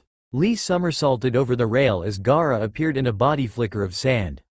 Go Lee, show everyone the fruits of your hard work. Guy's voice was even louder than Lee's. Gaara looked on emotionlessly as his opponent stood at the ready with pure determination shining in his eyes. If both fighters are ready, begin. Gaara looked on with his face as calm as ever as his opponent sprinted at him and tried to punch him, only for the lid on the gourd on Gaara's back to shoot off as sand came out and blocked the green-clad genin. Lee quickly backed up, circled around him before trying again as he jumped in the air and did a spin kick. Leaf Hurricane. The kick was blocked once again as the sand jumped up by itself to protect Gaara and Lee was forced back. Lee continued to try different angles but nothing was working, his every attempt being stopped by the sand. Gaara looked up for the first time in the match and the sand shot up and slammed into Lee. The green-clad ninja crossed his arms as the sand pushed him away from Gaara and towards the wall. Lee quickly regained his footing as he rushed Gaara again and tried a variety of different combination moves, but it was all futile. Why doesn't Lee try some ninjutsu or genjutsu? Sakura's inquiry was answered by Guy. That's because he can't. Lee can only use taijutsu. Sakura looked perplexed. You see, Lee was born with chakra coils too small to properly channel chakra for anything other than taijutsu. Lee is not talented at all, but it was through his pure work ethic that he has reached this level. Lee's dream is to become a great ninja despite his inability to use gen or ninjutsu. Sakura was about to question Guy once more but was stopped by the man's shout. Take them off, Lee. You have my permission. Guy posed with teeth sparkling as he gave Lee a thumbs up. Lee, who was dodging sand, let loose a million-watt smile as he jumped from the floor to the top of the statue. Are you sure, Guy-sensei? Yes. Go, it's time to show your blazing flames of youth. Of course, Guy-sensei. Lee pulled up his leg warmers to show ankle weights. Lee unstrapped the weights and held them at his sides. Please, as if some measly weights will do anything against Gaara. Naruto heard the Sand Kunoichi speak to her makeup-wearing teammate, who nodded along. His attention was brought back to his own team sensei. A bit antiquated, don't you think, Guy? Kakashi questioned Guy, who said nothing, his sole focus on his student down below. Lee let go of the weights, and as they hit the ground they made huge impact craters. All around yells of disbelief rang out. Naruto's own eyes widened with awe and respect as he watched Lee blur away. He's so fast, I can barely see him moving down there, thought Naruto. Lee appeared beside Gaara and aimed a punch his face. The sand reacted just in time, but Gaara himself didn't seem to notice Lee at all. Lee then circled around and delivered a kick to Gaara's midsection, and once again the sand just barely made it. Lee stepped back and jumped before delivering a double axe kick. The first was met with Gaara's sand, but the second one broke through and Gaara's head snapped down from the force of the kick. Lee, not wasting the opportunity, landed on his feet before launching a punch to Gaara's face that sent him flying. Naruto heard the blonde from the sand team yell in shock. He hit Gaara. He also noticed that her teammate also looked just as shocked. Go Lee! Guy's cheering was easily the loudest anyone had cheered during the preliminaries. Gaara stood back up, his face had cracks running all over where Lee had hit. Pieces of his face fell to the ground and it was shown that he was wearing sand armor. Gaara's face contorted into an absolutely bloodthirsty grin as his killing intent skyrocketed. Yes, you are worthy. By killing you I shall prove my existence. Gaara raised his hands and the sand followed his movement. The sand started moving faster than any previous time it had moved before. Naruto narrowed his eyes as Lee jumped back to avoid the sand. What a troublesome opponent. Lee continued dodging before blurring forward and once again punching his way through Gaara's automatic defense. Lee then dropped low and kicked Gaara up with all his might and Gaara flew up. Lee followed Gaara and delivered more and more kicks, pushing him higher and higher. Naruto saw Lee wince, and as he closed his eyes he noticed Gaara had taken the opening to substitute himself with a sand clone. That's not good, Naruto thought grimly. As Lee reached his apex he wrapped his bandages around the clone and started spinning them as they started falling head first. Primary Lotus. Lee jumped away just before they hit the ground and the sand lone cratered the ground. Yes, he got him. Sakura cheered and most of the genin and Guy celebrated. No, he didn't. Sakura looked at Naruto in disbelief as Guy took a closer look to the combatants as his face fell. Yes, he did, screamed Sakura. Naruto's right, Sakura. Gaara substituted himself when Lee closed his eyes because of the pain. I'm surprised you caught that, Naruto. Naruto ignored Kakashi's backhanded compliment as he never looked away from the fight below. Lee looked worn out and he had a face of grim realization as he saw his Gaara break apart into sand. He was suddenly being thrown around by Gaara's sand. He was barely able to block and he withstood the punishment as best as possible. It was 5 minutes of torture as Lee took hit after hit before Lee started dodging again. Naruto heard Kakashi speak to Guy in a worried tone. Guy, you didn't. He turned to look at the Jonin and saw Guy had a face of determination. I did. How many gates can he open, Guy? Questioned Kakashi. Lee can open 5 gates. Kakashi's eye widened. Guy, how could you teach that technique to a genin? Naruto was very annoyed at Kakashi. He understood perfectly why Guy taught Lee. It was to help him achieve his dream. Naruto himself never received any acknowledgement or support for his dream. The only 2 people who had never made fun of him were Ruka-sensei and Old Man Hokage himself. He wanted to prove them right. It was completely irresponsible of you two. Naruto had finally had enough. Shut your mouth, Kakashi. Jonin and genin alike looked at the blonde in shock. Who the hell do you think you are, blaming Guy for helping his student try and reach his dream? That's what a good sensei is supposed to do. Naruto was glaring at his team sensei. Kakashi looked flabbergasted at his blonde student's sudden outburst, and before he could respond everyone's attention was brought back to the fight. Gate of Life. Open. Lee's body exploded in chakra as his skin turned a pinkish hue and his hair started to raise. Gate of Pain. Open. Lee moved faster than Naruto could follow and Gaara was sent flying up onto the air, his sand unable to keep up as Lee kept batting Gaara around the room. This is crazy. I can't even see them move. Ino's shout was met with dumbfounded stares of her fellow rookies who couldn't follow the action. Lee kicked Gaara high into the air and wrapped his bandages around his waist. As he hits him down, Lee screams again. Gate of limit. Open. Lee jerked his hand up and Gaara was pulled up to Lee, who had his hand cocked back. This is it. Hidden Lotus. Lee hit Gaara so hard it caused a giant shockwave and Gaara's body slammed so hard into the ground it left a giant crater and a dust cloud formed on the floor below. Guy let out a yell as he watched his student hit the ground, his body looking normal after the attack. The smoke around Gaara dissipated and a very injured Gaara lifted his hand as the sand followed his movement. No way. How is he still up after that? Sakura was not the only one to yell in shock. Naruto let out a frustrated sigh at the sight of Gaara as Kakashi spoke up. Gaara shifted the gourd on his back into sand before he hit the ground. No one said anything after that. I barely saw it when it happened. Gaara's monstrously strong, thought Naruto. Gaara watched his opponent stand on shaky legs as his sand wrapped around his right arm and leg. Mother wants your blood. Gaara clenched his fist and crunching could be heard as Lee's appendages exploded in a shower of blood. He fell to the ground unconscious. The proctor was about to declare Gaara the winner when he sent another wave of sand at Lee. Naruto was about to jump down himself only for it to be batted away by Guy. Hayate, seeing the interference by a Jonin, quickly called the match for Gaara. Why did you save him? He lost, he no longer has any worth. Guy looked at the deranged-looking sand ninja. I saved him because he's my precious student. Guy turned to take Lee to the infirmary only to see him already standing up. Lee, it's okay. Guy started crying when he noticed Lee was unconscious. He quickly got him to lay down as the medics took him and Gaara away to treat their wounds. Would Choji Akamichi and Dosu Kinuta please make their way down? The proctor announces. Go Choji, if you win we'll have 2 members of Team 10 in the finals. Ino's remark brought the attention of Naruto. I guess Shikamaru fought while I was talking to the old man. Naruto's musing was cut short by the sound of the proctor starting the match. You can't win, just give up. The one-eyed sound ninja made no move to attack Choji, who just glared back. I have to win. Sensei will take us to an all-you-can-eat buffet if I do. Choji had fire in his eyes as he spoke. Fei, no matter then. Dosu charged Choji and hit him with his gauntlet. Choji, who had dodged the punch, fell over and vomited. What? I dodged that attack. Choji's voice was full of confusion. My gauntlet emits a silent sound wave that attacks the human ear. Choji grinned. Then let's see you hit me now.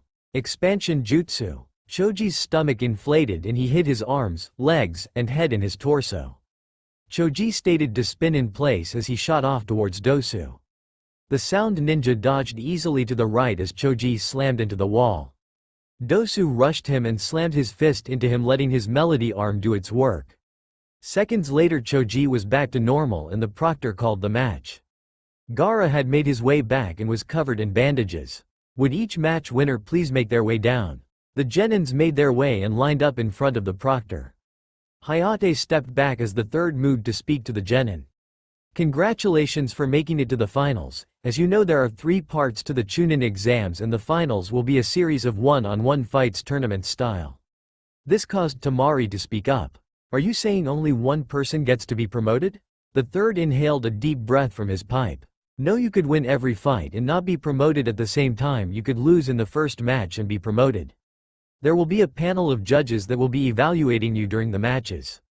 The farther you make it, the better chance you have of impressing the judges and getting promoted. The third took a pause before continuing. You will now draw lots to determine who fights who. The third motioned to a box and one by one they pulled lots until everyone had one. Please show me your numbers. Naruto looked at his number, he had 6. He looked at the others. Neji had 7, Gaara had 5, Shino had 2, Kankuro had 4, Shikamaru had 3, Dosu had 1, and Tamari had 8. That meant Sasuke would have number 9 as he had never come back when he had left with Kakashi. Looks like Sensei already left, thought Naruto as he saw Kakashi was no longer in the room. The matches will be Dosu vs Shino, Shikamaru vs Kankuro, Gaara vs Naruto, Neji vs Tamari. The winner of the final fight will go against Sasuke to see who moves on to the next round. The third statement made both Tamari and Neji look angry as they had to potentially fight one more opponent to reach the first round. You have a month to train, do not waste the opportunity. The third left and soon the Anbu led them all out of the forest and in 2 hours everyone made it out and went their own way. Ino ran towards Naruto who was already leaving. Hey, Naruto, don't you remember, you promised to tell me what happened. Naruto cursed inwardly as he was already tired and just wanted to go home and rest. Fine. Ino looked happy. But not here. Ino's face dropped. If not here then where? Her voice was irritated. My house. Ino's face was red, though Naruto couldn't tell if it was because of anger or embarrassment. There is no way I'm going to your house. Naruto looked calmly at Ino. Then I guess you don't want to know what happened. Ino bit her lip and sighed. Fine, but no funny business, Naruto. Naruto rolled his eyes and made his way to his favorite food stand with Ino on his heels. Ino noticed how some of the villagers would glare at Naruto behind his back. Wait, what are we doing here? I haven't eaten a decent meal in a week and I'm taking some home. I don't feel like cooking tonight. Naruto's response completely floored Ino. You can cook? Naruto stopped and looked at his fellow blonde. Ino, I've been living by myself since I was 6. Of course I know how to cook.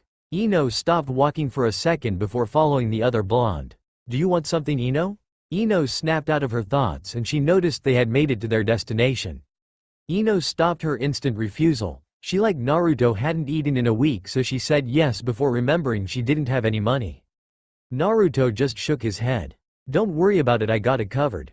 I'll be back soon. Naruto walked into the stand and soon came out with 2 containers. It took another 20 minutes of walking before making it to Naruto's apartment. Ino noticed he lived in one of the more rundown parts of town. Well, here we are, Naruto said as he opened the door. Ino looked around and saw a kitchen-living room combo and 2 doors, one she was assuming was to the bathroom and his bedroom.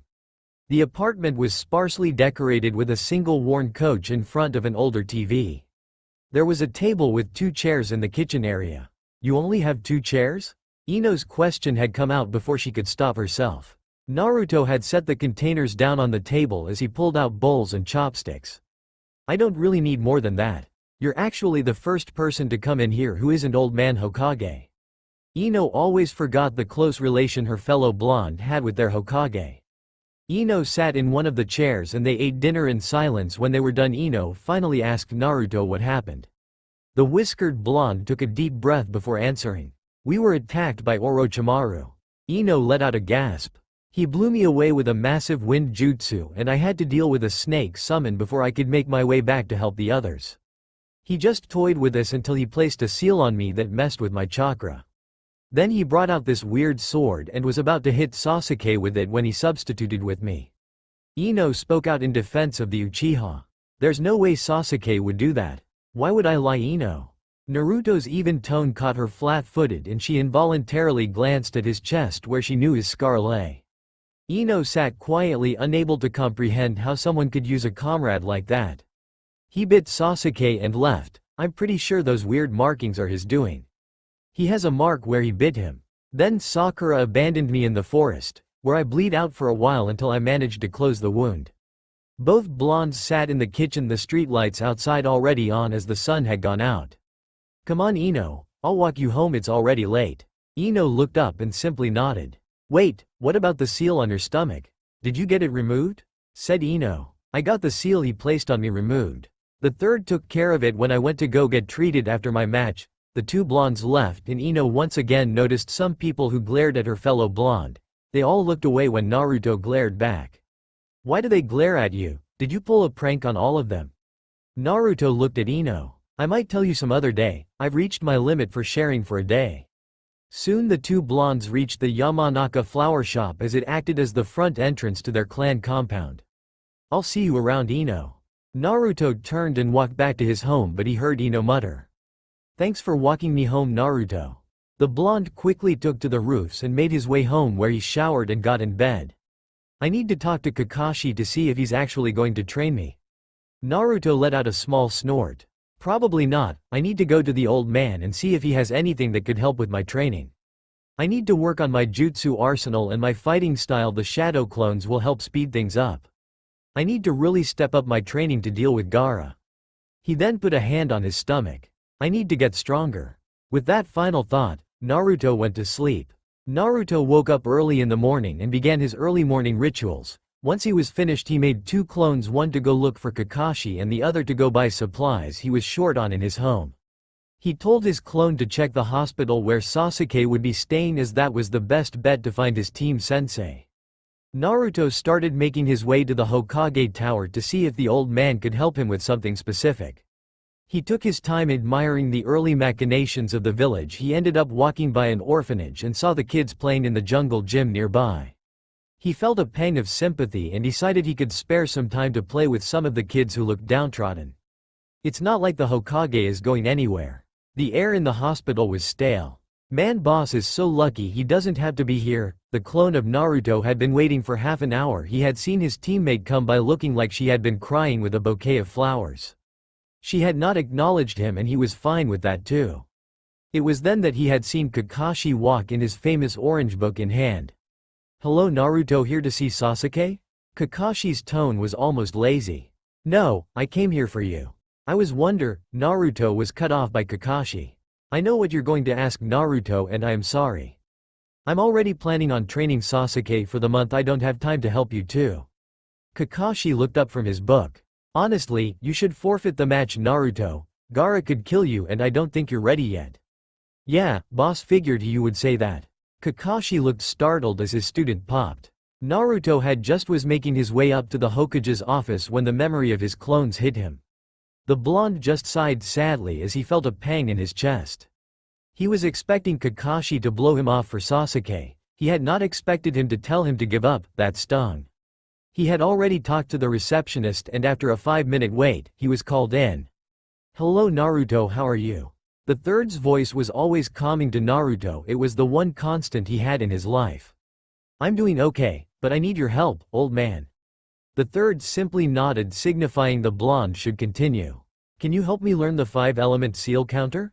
The seal completely messed up my chakra. I need to be able to remove it if I ever get hit by it again." The third took a moment to study the blonde before he nodded. "The easiest way to learn the counter is to learn the technique." The third reached down into his drawer and pulled out a book about the same size as Kakashi's makeout tactics. "This is a book on beginner-level Fuinjutsu. If you can read this book and master the basics in here, I can help you learn the 5-element sealing technique." The third handed the book to Naruto, who glanced at the title, Fuinjutsu for Dummies by Tobarama Senju, before he skimmed it. From what he could see, it was a lot of theory and penmanship practice along with explaining how symbols interact with each other. "Thanks, old man," Naruto said with a smile. "So do you have a training schedule for the month yet?" The third questioned the blonde. Naruto let out a frown. "Yeah, I'm going to hit the archives and see if I can learn some more jutsus, while my clones work on them, and more chakra control. I'm going to be working on my speed." The third let out a small smile. "It sounds like Kakashi is taking full advantage of your shadow clones to train you." Naruto shook his head. "No, Kakashi isn't training me this month. He's too busy with Sasuke." The third also frowned, before inhaling with his pipe. "Naruto, do you know your nature affinity?" The third sighed when he saw the blonde look at him in pure confusion. "Naruto, nature affinities determine what elemental jutsu you are most suited to. Does that mean if I have a fire affinity I can't learn any other jutsu other than fire style?" The third smiled at Naruto, remembering his days as a sensei. "No, it just means fire style will be the easiest for you to learn." "What nature element were you planning on learning?" Naruto looked at the third with determination blazing in his eyes. "All of them." The third Hokage choked as he inhaled too quickly on his pipe. "Are you sure about that, my boy? Mastering all the elements is incredibly difficult." Naruto looked out the window to the village below before answering. "I know, but the man I respect the most did it and I want to follow in his footsteps." The third looked confused. The fourth wasn't known for using all the elements. Naruto looked back towards the third. "I know, but you are." The third looked confused, contemplating the young blonde's answer. "I thought the fourth was your favorite Hokage?" Naruto looked down before speaking in a quiet voice. "He's my favorite hero. He was always a fictional character in my mind, a perfect image to strive for." Naruto paused and the third kept his entire focus on the blonde. "I grew up hearing stories of him, but all those mean nothing to the impact you've had. I've always looked up to you. You gave me hope when things were at their darkest.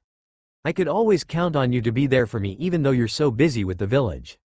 I want to be Hokage not to acknowledge but because I want to be what you are to me and so many other people.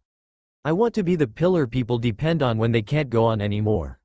I don't know when I lost myself or my goal, but I need to get stronger to protect you and this village you've sacrificed so much for." Naruto had turned away from the third during his speech and he missed the single tear that ran down his cheek. The third cleared his eyes and went over to the blonde to give him a hug. The two stayed like that for a moment before the third moved back to his chair. He then reached into his drawer again and pulled out a scroll and a piece of paper. "Well, I can't train you personally, but I think I can help you move in the right direction. Push your chakra into this." The third handed Naruto the piece of paper. As soon as the blonde channeled chakra through, the paper is split in two with a part of the paper crumbling to dust. "Well, it looks like you have a wind affinity with a minor earth one. Wind is the most offensive element, with earth being the most defensive." The third started writing in the scroll and 5 minutes later he handed that to the blonde as well. "I wrote a jutsu for each element except for your nature affinities. I put down 2 for each along with the body flicker jutsu and a variation of the shadow clone I invented. It's called the Shuriken Shadow Clone Jutsu and it works just like the Shadow Clone Jutsu except it does it to your shuriken as the name suggests. As for the body flicker, I saw you've been using a bastardized version when you move, so those 2 shouldn't give you too much trouble. You'll also notice I gave you another chakra control exercise in there along the basic ways to train your affinities. Promise me you'll be careful when you're out there training Naruto." Naruto tackled the third and whispered a quiet thank you, his voice flush with emotion. The third patted his head and held him. The blonde let him go and looked him straight in the eye. "I won't let you down, old man. I know you won't, Naruto." The blonde left the office full of determination. He made his way to a popular store that sold ninja gear. "My jumpsuit is ruined, might as well get a new outfit." He barely paid attention to the sales girl as he picked up some black pants along with a dark green shirt. He then noticed the store had a burnt orange short-sleeved hooded jacket. The final items he picked up were some dark brown ninja sandals and a new black cloth for his headband. He made a clone that took his new purchases home and gave him the book on ceiling, telling him to get started reading it. He made his way to Training Ground 7 and quickly pulled out the scroll the third had given him as he saw the list of jutsu along with a note. "Naruto, here is the list of jutsu for each of the elements. Earth style. Practice brick jutsu D rank hand seals. Ram right pointing arrow, tiger right pointing arrow, snake right pointing arrow, dog right pointing arrow, rat right pointing arrow, ox right pointing arrow, horse right pointing arrow, rabbit right pointing arrow, tiger right pointing arrow, boar right pointing arrow, snake." Creates a weak wall made of earth, perfect for learning earth style. Learn before mud wall. Earth style. Mud wall jutsu B rank hand seals. Tiger right pointing arrow, hare right pointing arrow, dog. Creates a strong earth wall, can be used by spitting out mud. User creates or using pre-existing earth. Hardness varies depending on the chakra used. Wind style. Breakthrough jutsu D rank hand seals. Dog right pointing arrow, horse right pointing arrow, bird. The user gathers wind chakra in their stomach and releases a strong gust of wind that can knock people away. Learn before great breakthrough. Wind style. Great breakthrough jutsu C rank hand seals. Tiger right pointing arrow, ox right pointing arrow, dog right pointing arrow, rabbit right pointing arrow, snake. The user breathes wind out of the mouth. The power varies depending on the skill of user and amount of chakra used. Fire style. Great fireball jutsu C rank hand seals. Snake right pointing arrow, ram right pointing arrow, monkey right pointing arrow, boar right pointing arrow, horse right pointing arrow, tiger. User turns chakra into fire inside their body and releases it in a giant ball. The more chakra used, the more fire produced. Water style. Raging waves jutsu C rank hand seals. Dragon right pointing arrow, tiger right pointing arrow, hare. The user spits out a large amount of water from their mouth with enough pressure to knock human targets away. Amount changes with chakra used. Lightning style. Electromagnetic murder jutsu C rank hand seals. Boar right pointing arrow, ram right pointing arrow, snake right pointing arrow, horse right pointing arrow, dragon. The user gathers lightning chakra into their hands that surges forward when touching the ground. Power varies from small shock to lethal dosage with the amount of chakra used. You can practice basic nature transformation by grabbing a leaf to channel the element. For wind, you need to split the leaf with your chakra. For earth, you need to take a leaf and dry it out with earth chakra. For fire, you need to burn the leaf. For water, you need to make the leaf soggy, and for lightning, you must make the leaf curl into itself. Here are the other 2 jutsu you can learn. Eventually, you will be able to tell the difference in the elemental chakra. That is the main goal. As you progress, try to imagine the element you are trying to channel in your mind. Ninja arts. Shuriken Shadow Clone Jutsu. A rank hand seals.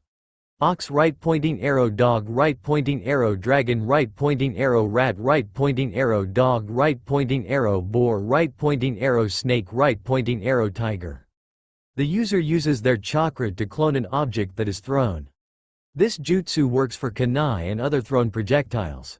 Ninja arts. Body flicker. D rank hand seals. Tiger. The user floods the body with chakra to temporarily vitalize themselves to move at an incredibly high speed. There is another chakra control exercise you can learn called water walking. It is like the tree climbing you already learned on your mission to wave, but much harder as you must constantly change the amount of chakra flowing to your feet. I hope this helps you achieve your goals, Naruto. I will always believe in you. Hiruzen Sarutobi, the 3rd Hokage. P.S. Try combining jutsu together. Naruto made 30 clones and separated them into groups of 5, and each group went to work on a nature transformation and water walking. He made another 10 clones and had them spare with him and help him with more physical exercises. Naruto had worked till sundown, where he started popping his clones and got their memories back. He had made some progress with water walking. Wind and earth nature transformation was going at a decent pace compared to the other elements, but he had made minimal progress. Well, he did say it was going to be difficult. Naruto made his way home to rest. Naruto spent the first week honing his chakra control. He had upped his clones to 40 a day. On the second day he made the new clones work on the body flicker and the shadow shuriken jutsus, and by the 5th day he had managed to occasionally sense the difference between each of the elements. Each day he drove himself into the ground with physical exercise, and he had started sparring with 10 clones at a time to help him sharpen his instincts. He would look for a style, but it would go against his free-flowing nature. Tomorrow Naruto would start the new week and have his clones move on to practicing the jutsus themselves. Naruto was currently walking home from another grueling day of training, reading the book the 3rd gave him. He had made sure to make an additional clone before he began training to read the book while he trained. Naruto was pulled out of his reading by the voice of his female teammate. "What? Are you trying to copy Kakashi-sensei now, Naruto?" Naruto looked up from his book to see both Ino and Sakura standing in front of him. "No, I just can't waste any time if I want to finish this before the month is up." Naruto noticed it. They were coming from the direction of his apartment. "Why are you guys in this part of town?" Ino took the chance to speak up. "Well, Forehead and I have been trying to find you to see if you needed any help with training. We heard how Kakashi-sensei took Sasuke away for the month to train." She then turned to Sakura and made a go-ahead motion. "Yeah, I also wanted to take this as an opportunity to make up for what happened in the forest." Sakura had pure sincerity in her voice. Naruto took a moment before answering. He was still mad at his team, but he didn't like holding grudges, so he would take the olive branch. "Not that I'm going to forget what happened," thought Naruto. "I appreciate the offer, but I don't think you can help me train." Ino and Sakura looked offended. Naruto, seeing the looks, explained, "Unless you guys can help me with my nature transformation, you really can't do much aside from some sparring." Both girls quickly lost their looks of anger and replaced them looks of wonder. "You're doing nature transformation training? What are your elements?" Ino's asked the question both she and Sakura wanted to ask. "Ino, I'm not going to tell you. If Shikamaru wins his match, he's going to be my opponent in the next round." Naruto's answer brought Ino down before she nodded reluctantly. Sakura looked at the book with interest. "Well, maybe we can help you with whatever it is you're reading?" Sakura's suggestion was then met with an irate Ino. "Wait a moment, you're not reading anything like what Kakashi reads, are you, Naruto?" Sakura blushed a deep crimson as her earlier words came back to her. Naruto sighed to himself as he showed the book to the girls, trying to avoid the explosion of anger that was Ino and Sakura. "No, it's a book on Fuinjutsu. I'm trying to learn the technique that he used on me, so if I ever get hit with it again I can remove it myself." Sakura looked at the book and whistled at how complex it is. This is really complex, how can you understand it? Sakura backpedaled. That came out wrong, Naruto shrugged. I don't know, most of it just kinda clicks for me. It's kinda like building a puzzle. Naruto, seeing he was already late, decided to head home. Anyway, I need to head home, I'll see you guys later. With a speedy goodbye, the trio made their way home. Naruto entered his home and saw a scroll on his table. He made a clone and he opened the scroll. Once he saw it was safe, he popped the clone and took the scroll. Naruto, please come to my office tomorrow around noon. I have a person who wants to meet you. Here is Sarutobi, the third Hokage. Naruto set the scroll down and did his evening rituals before going to bed, where he got into a meditative pose and began feeling his chakra. Naruto found himself in a familiar sewer. So you've come back. Naruto looked at the massive nine-tailed fox that was sealed in his stomach. I wanted to speak with you. I wanted to thank you for your advice when we last met. The fox looked at his container. Don't bother, I simply couldn't allow you to make such a fool of yourself out there. Naruto sat down and stared at the fox. I never introduced myself, I'm Naruto Uzumaki. Nice to meet you. Naruto smiled at the big fox, who exhaled and blew the blonde onto his back. You've already proven yourself far more polite than many of your kind. Now be gone. You've picked up an annoying habit of interrupting my sleep. Naruto nodded and found himself back in his room. Naruto went to the training ground and made 51 clones. 5 groups of 5 would work on the elemental jutsu, 10 would work finishing the body flicker and the shuriken shadow clone jutsu. He would have the rest working on hand seal speed and calligraphy, plus the 1 clone who would continue reading the book. It was nearing noon when Naruto stopped his own workout and he started making his way to the Hokage's office. He went in and saw the third sitting in his chair while a white-haired ninja stood behind him. Hello Naruto, this is... The third was cut off as the white-haired man jumped forward and exploded into smoke. When the smoke cleared, he was standing on a big toad. I am known all throughout the land. Ladies wish to be with me while men curse my name in envy. I am the legendary sage of Mount Myoboku. The great toad sage Jiraiya. Naruto stared at the old man for a solid 20 seconds before looking at the third. Sue, why did you want to talk to me? Jiraiya's face faltered before jumping back to his feet. Jiraiya and I were discussing the Chunin exams and you were brought up. He has offered to train you for the rest of the month. The third turned to Jiraiya, who nodded. That's right, be amazed at my great generosity. Naruto looked at the strange man. What are you going to teach me? Jiraiya looked at the blonde with a serious face. Have you ever felt like you had another chaw? Naruto knew where he was going and interrupted him with an annoyed face. I know about the 9 tails. And if that's all you're going to teach me, then I refuse. Jiraiya had a grim face. Listen kid, the chakra of the 9 tails is a great tool, you can't just ignore it. Naruto scowled. I won't, but the 9 tails chakra is just that, a tool. No matter how powerful it is, if I'm not strong enough on my own, then it's useless. Jiraiya was about to respond but was stopped by the third. He's right Jiraiya, if you plan on only training him on using the fox's chakra, then he's better off following his own training schedule.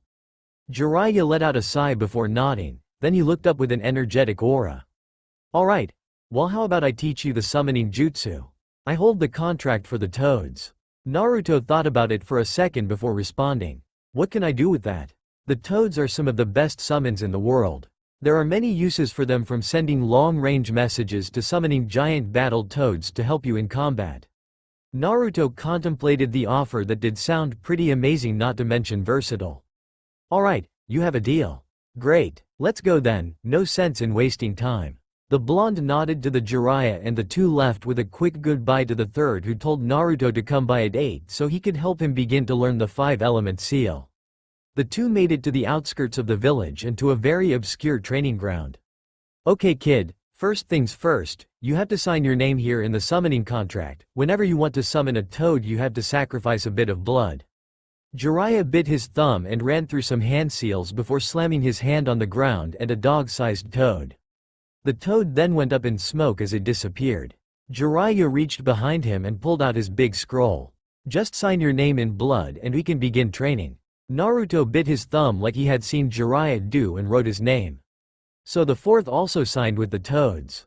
Naruto had noticed the name Minato Namikaze in the middle of his newly made name and that of Jiraiya's. Good. The hand signs for the summoning contract are boar, dog, bird, monkey, and ram. Naruto took a moment to memorize the seals before biting his thumb again and going through the seals and pouring a bit of chakra into it. Summoning jutsu. There was a cloud of smoke, and when it cleared it showed a small orange toad wearing a blue vest. Yo, my name Gamakichi. Naruto looked at the small toad with a raised eyebrow. Hello, name's Naruto Uzumaki. I just signed the toad contract. The small toad nodded along. Nice to meet ya. You're lucky I came and not my brother. He would have annoyed you until you gave him something to eat. Naruto nodded. That would have been troublesome. He didn't really feel like going back to town to get food. Anyway, I'll let Pops know we have a new summoner later. With that, Gamakichi left. Good, you did surprisingly well for your first time. How much chakra did you use? I used about the same amount as I do when I summoned 2 shadow clones. Jiraiya nodded. Alright, let's see what you can summon. This time I want you to use as much chakra as possible. Jiraiya jumped back slightly. Naruto closed his eyes and concentrated as he started gathering a large amount of chakra. He performed the jutsu and a massive pillar of smoke could be seen. Jiraiya, why the hell did you summon me, you old fool? When the smoke cleared, a gigantic rust-red toad with a scar over his left eye could be seen. He was wearing a blue vest and carried a large blade on his waist. He was smoking a large pipe that was hanging from his mouth. Naruto, who was on top of his head, jumped down to his nose as he looked at the toad he had summoned. He's almost as big as the 9 tails, thought Naruto. Who are you? The red toad spoke. I'm Naruto Uzumaki. I'm the new summoner of the toad contract. I was practicing to see what the biggest toad I could summon was. The toad looked at the blonde before letting out a laugh. Ha, as if a little pipsqueak like you could summon me. Naruto looked annoyed and simply jumped off the toad as he bit his thumb and ran through the hand seals again, only this time he didn't hold back and was rewarded with a small poof of smoke. Naruto was breathing heavily from the amount of chakra he had used. That's weird, I used a lot of chakra. Naruto thought as he heard the big toad laugh. His laughter died off and was replaced with a look of shock when he saw the small old-looking green toad wearing a gray cloak. The small toad looked around and quickly saw his new blonde summoner. Why hello there, young tadpole. I had sensed we had a new summoner, but how did you summon me? Naruto, seeing both the giant toad's shocked face along with Jiraiya as he fell from the tree he was hiding in, assumed the toad in front of him was important. It did help that his instincts were screaming at him that the small toad could kick his ass better than the walking mountain. I don't know, I summoned the big one behind you and a smaller toad named Gamakichi earlier. I told Gamakichi I was the new summoner, but the big one didn't believe me, so I was gonna summon another big toad and you appeared. The green toad nodded. I see, you must have a lot of chakra then. Naruto nodded. He was often told how much chakra he had and how much he wasted. He had been using every trick he knew, old and new, to help him perfect his control. Yes, I have been told I have one of the biggest chakra pools in the village. Well, my name is Fukasaku, but most people call me Pa, and I am one of the 2 great toad sages of Mount Myoboku. The other being my wife Shima. The big one behind me is Gamabunta, the current head of the Toad clan. When you gain a bit more experience with fighting alongside us, summon me again. There is much I could teach you. Fukasaku turned to Gamabunta. And you, Bunta boy, don't be so impolite, I can't believe you haven't even introduced yourself yet. The now named Gamabunta nodded before offering a small apology. We'll be seeing you, tadpole, don't hesitate to call on us if you ever need help. With his parting words, both toads left. It was a very quiet Jiraiya that was left with Naruto. I can't believe you managed to summon Pa. Naruto just shook his head, and the 2 spent the rest of the day by summoning various other toads and how they could be used in combat. Jiraiya also demonstrated how they could do collaboration jutsu with them. The blonde spent the next 2 weeks working on his other jutsu along with his chakra control and his hand seal speed. Every other day he would go to the 3rd and practice the 5-element seal. Naruto spent the last week training to see how to best use his newly acquired arsenal in a fight and working with certain toads on combination jutsus. He also spent time polishing everything he had learned. He had also discovered on complete accident that if he flooded his arm with earth chakra it would turn black and he could easily punch through trees. Naruto had made some pretty devastating attacks when combining certain jutsus together. It got worse when he added the toads and their ability to use water-style jutsu along with being able to spit out oil. The day of the finals, Naruto put on his new gear. The dark green shirt matched well with his burnt orange hoodie that he kept unzipped. His new black headband cloth was longer than his old blue one and his new black pants had more pockets. Naruto walked calmly to the arena and saw the stands were already full. He was the third last to arrive with both the sound ninja Dosu and his teammate Sasuke missing. He looked to the crowd and managed to see most of his once classmates were sitting together. He saw a Jonin with a bandana and long brown bangs. He was chewing on a senbon. Soon the arena quieted as the third sat up from his chair in the viewing booth alongside the cage. Ladies and gentlemen, I'd like to thank you all for coming to the finals of the Chunin exams. The crowd roared as the third raised his hands in showmanship. Here we go, thought Naruto as he felt the air buzz with excitement as the finals began. The cheering of the crowd was almost deafening. The arena floor was mostly sparse of green save for a single tree near the edge. Naruto looked at the Hokage as he raised his hand up. The crowd's cheering died down. The proctor of the exam used the moment to come forward. Hello everyone and welcome to the Chunin exam finals. There are going to be some minor changes before we begin. Dosu Kinuta is no longer participating in the finals and as such, Sasuke Uchiha shall take his place in the first match. So everyone but Shino Aburame and Sasuke Uchiha, please make your way up to the viewing area so we can begin. Naruto followed Shikamaru up to the viewing area and everyone waited for Sasuke to show up. The crowd was starting to get restless and after 5 minutes he could see the Hokage and Kage speak before sending a messenger to the proctor. As Sasuke Uchiha is not here yet, we shall move the first match back until all other fights are done. If Sasuke Uchiha is not here by then he will be disqualified. The crowd let out soft boos but most stayed quiet. Naruto could see people were miffed that he had not shown up yet. Will Shikamaru, Nara and Kankuro of the Sand please make their way down? I forfeit, yelled Kankuro to the proctor. Naruto's head snapped to the puppet wielder as every alarm in his head was blaring that this was not normal. The crowd, already unhappy, started booing hard. What is he up to? You don't just quit in the finals. The proctor took a minute to try and calm the crowd as he proclaimed Shikamaru the winner and called the next two participants. Would Naruto, Uzumaki and Gaara of the Sand please make their way down? Naruto started making his way to the arena but was stopped by Shino and Shikamaru. You should give up, Naruto, that guy is something different, Shikamaru said as Shino nodded along. That is correct. His chakra is vile and corrosive. My bugs won't go near him, it reminds me of how they would sometimes act with you. The words meant little to Shikamaru, who didn't understand the full weight of Shino's statement. Naruto simply nodded with an annoyed frown before heading down, and as soon as he was standing in front of Gaara, the crowd exploded in a cheer as they were finally going to see some action. Gaara was releasing some serious killing intent and Naruto, who was already annoyed by his former classmates, decided to respond in kind. The arena was filled with killing intent and some of the cheering died down as they felt the tension in the air. Gaara let out a cruel smile when he felt the blonde's own killing intent. The proctor asked if both Naruto and Gaara were ready, and as he received a nod from both he jumped back.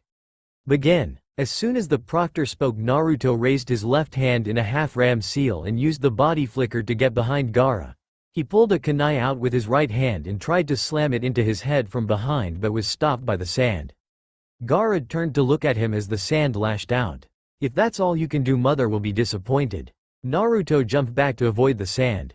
I know, I just needed to see how quickly that sand reacted up close. Gaara raised his hand and a tendril of sand was sent to Naruto. The blonde quickly went through hand seals and inhaled deeply. Wind style. Great breakthrough. Naruto unleashed a gale of wind that dispersed the sand and was headed towards Gaara but was stopped by a wall of sand that came directly from his gourd. Looks like the sand from his gourd is of better quality than the sand he gets from the ground. Gaara let out another smile.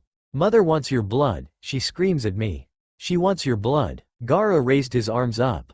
Sand shuriken. Sand had gathered in front of Gaara and then shot out at high speeds to the blonde. Naruto avoided the barrage of sand and created 3 clones that circled around Gaara so he was surrounded. He and his clones went through the same hand seals and all 4 blondes could be heard shouting. Water style. Raging waves. Each blonde let out pressurized blasts of water and the Gaara's gourd exploded and formed a sphere around him. Good, it's working, Naruto thought to himself as he watched the sand become muddy as puddles formed on the ground. He stopped his assault and saw most of Gaara's sand was now wet. Naruto and his clones rushed the redhead and his sand came up much slower than before to stop the clones who attacked first. Naruto saw an opening and kicked Gaara in the face and sent him to the ground. Sand exploded from underneath Gaara as a crazed look came to his eye. His chakra darkened and felt familiar to the blonde. So he is like me. Yes, you can prove my existence. Gaara sent large waves at the blonde who used his shadow clones as distractions.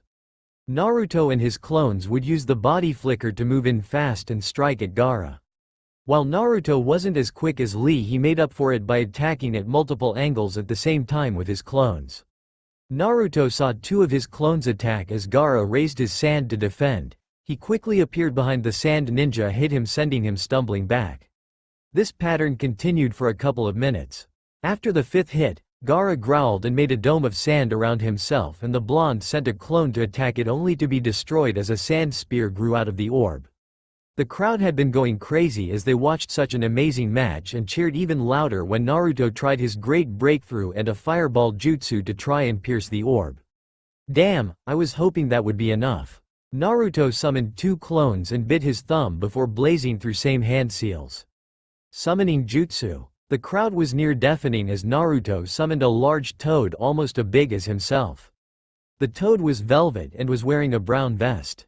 Hello, Naruto. The velvet toad spoke. Hey Gamataro, do you think you could give me some oil? The toad nodded and he and his clones ran through seals. If one would look closely, they would notice that his clones used different seals than that of their creator. And as one, Naruto and his clones inhaled, and so did Gamataro. Ninja arts. Toad oil bullet. Wind style. Great breakthrough. Fire style. Great fireball jutsu. Naruto unleashed his fireball as it was powered up massively by his clone's wind jutsu. This caused the fire to turn from a warm yellow to a searing blue that was once more augmented by the toad's oil hitting it. The blue wave of fire transformed into a blazing white inferno that caused many in the crowd to yelp in fright as the heat reached them. Naruto could see from the corner of his eye, he could see other ninja looking on amazed that a genin had such a devastating combination his arsenal. Naruto kept up the hellish flame attack up for 30 seconds before stopping. When the flames cleared, he could see the sand orb had been turned to glass as a badly burned Gaara screamed inside. The blonde dashed to the orb before signaling his clones to use another jutsu. He waved at Gamataro as he went back home. Naruto gathered earth chakra into his right arm, turning it black before hitting the glass orb, shattering it. Behind him, he could hear shouts of the clones using their water jutsu as Gaara was blasted back towards the single tree in the arena. Gaara slowly stood up, absolutely soaked and full of third-degree burns.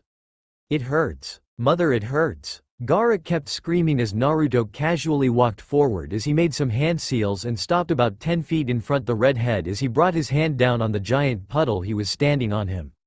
Lightning style. Electromagnetic murder. A surge of electricity ran across the water and Gaara was hit with the full force of the water-enhanced lightning jutsu. After 10 seconds, Gaara fell down unconscious.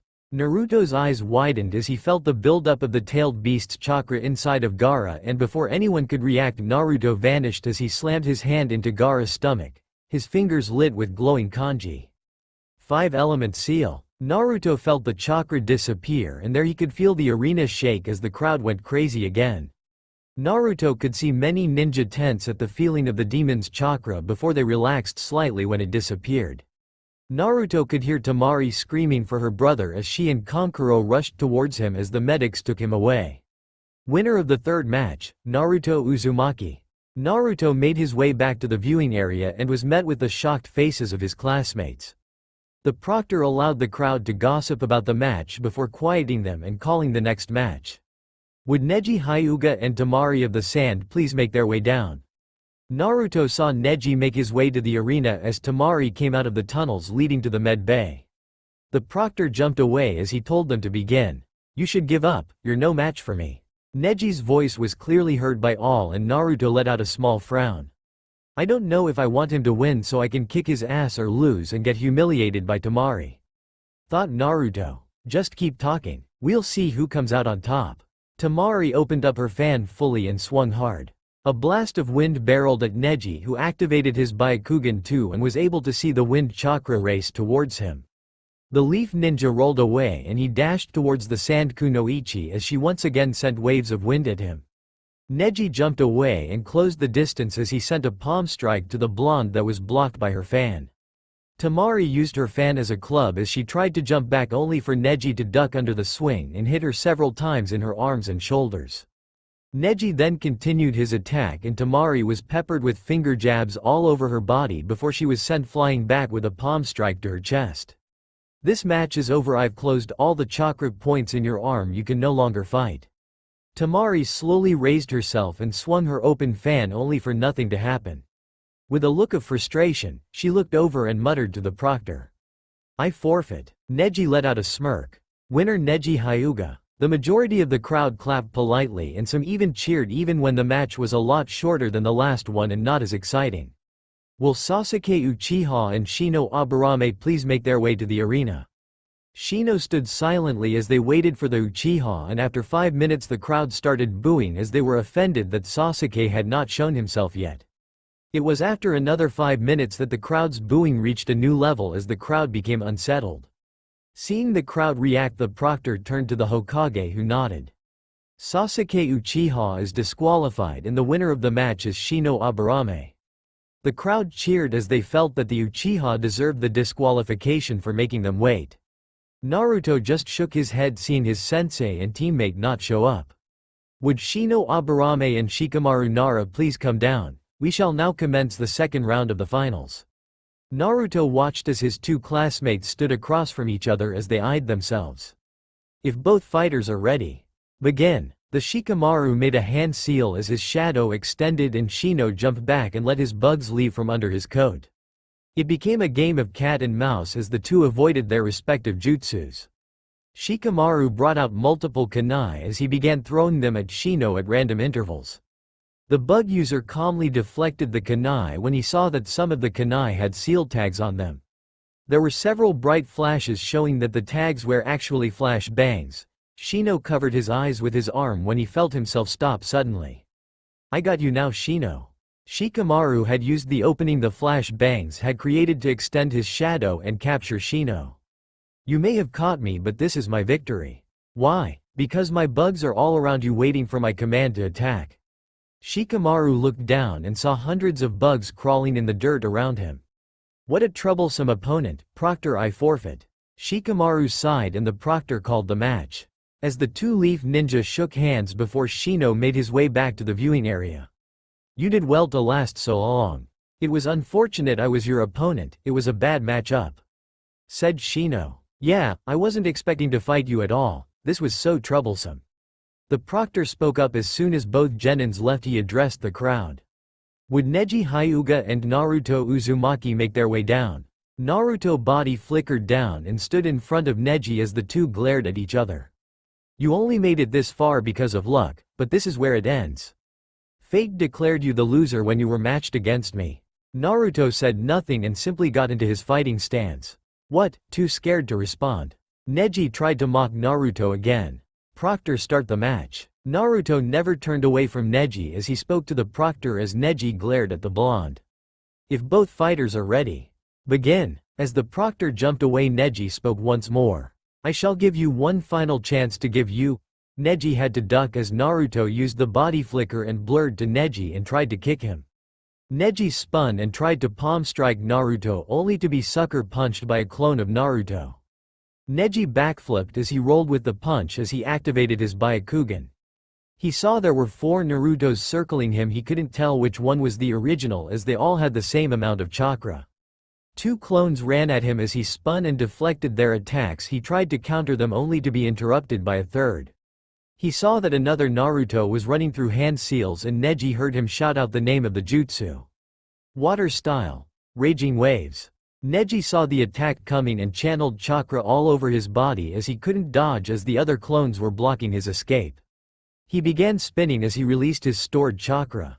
Rotation. Neji was covered in a dome of spinning chakra, and as he blocked the water jutsu, the clones that were near him were knocked back and dispelled from the hit.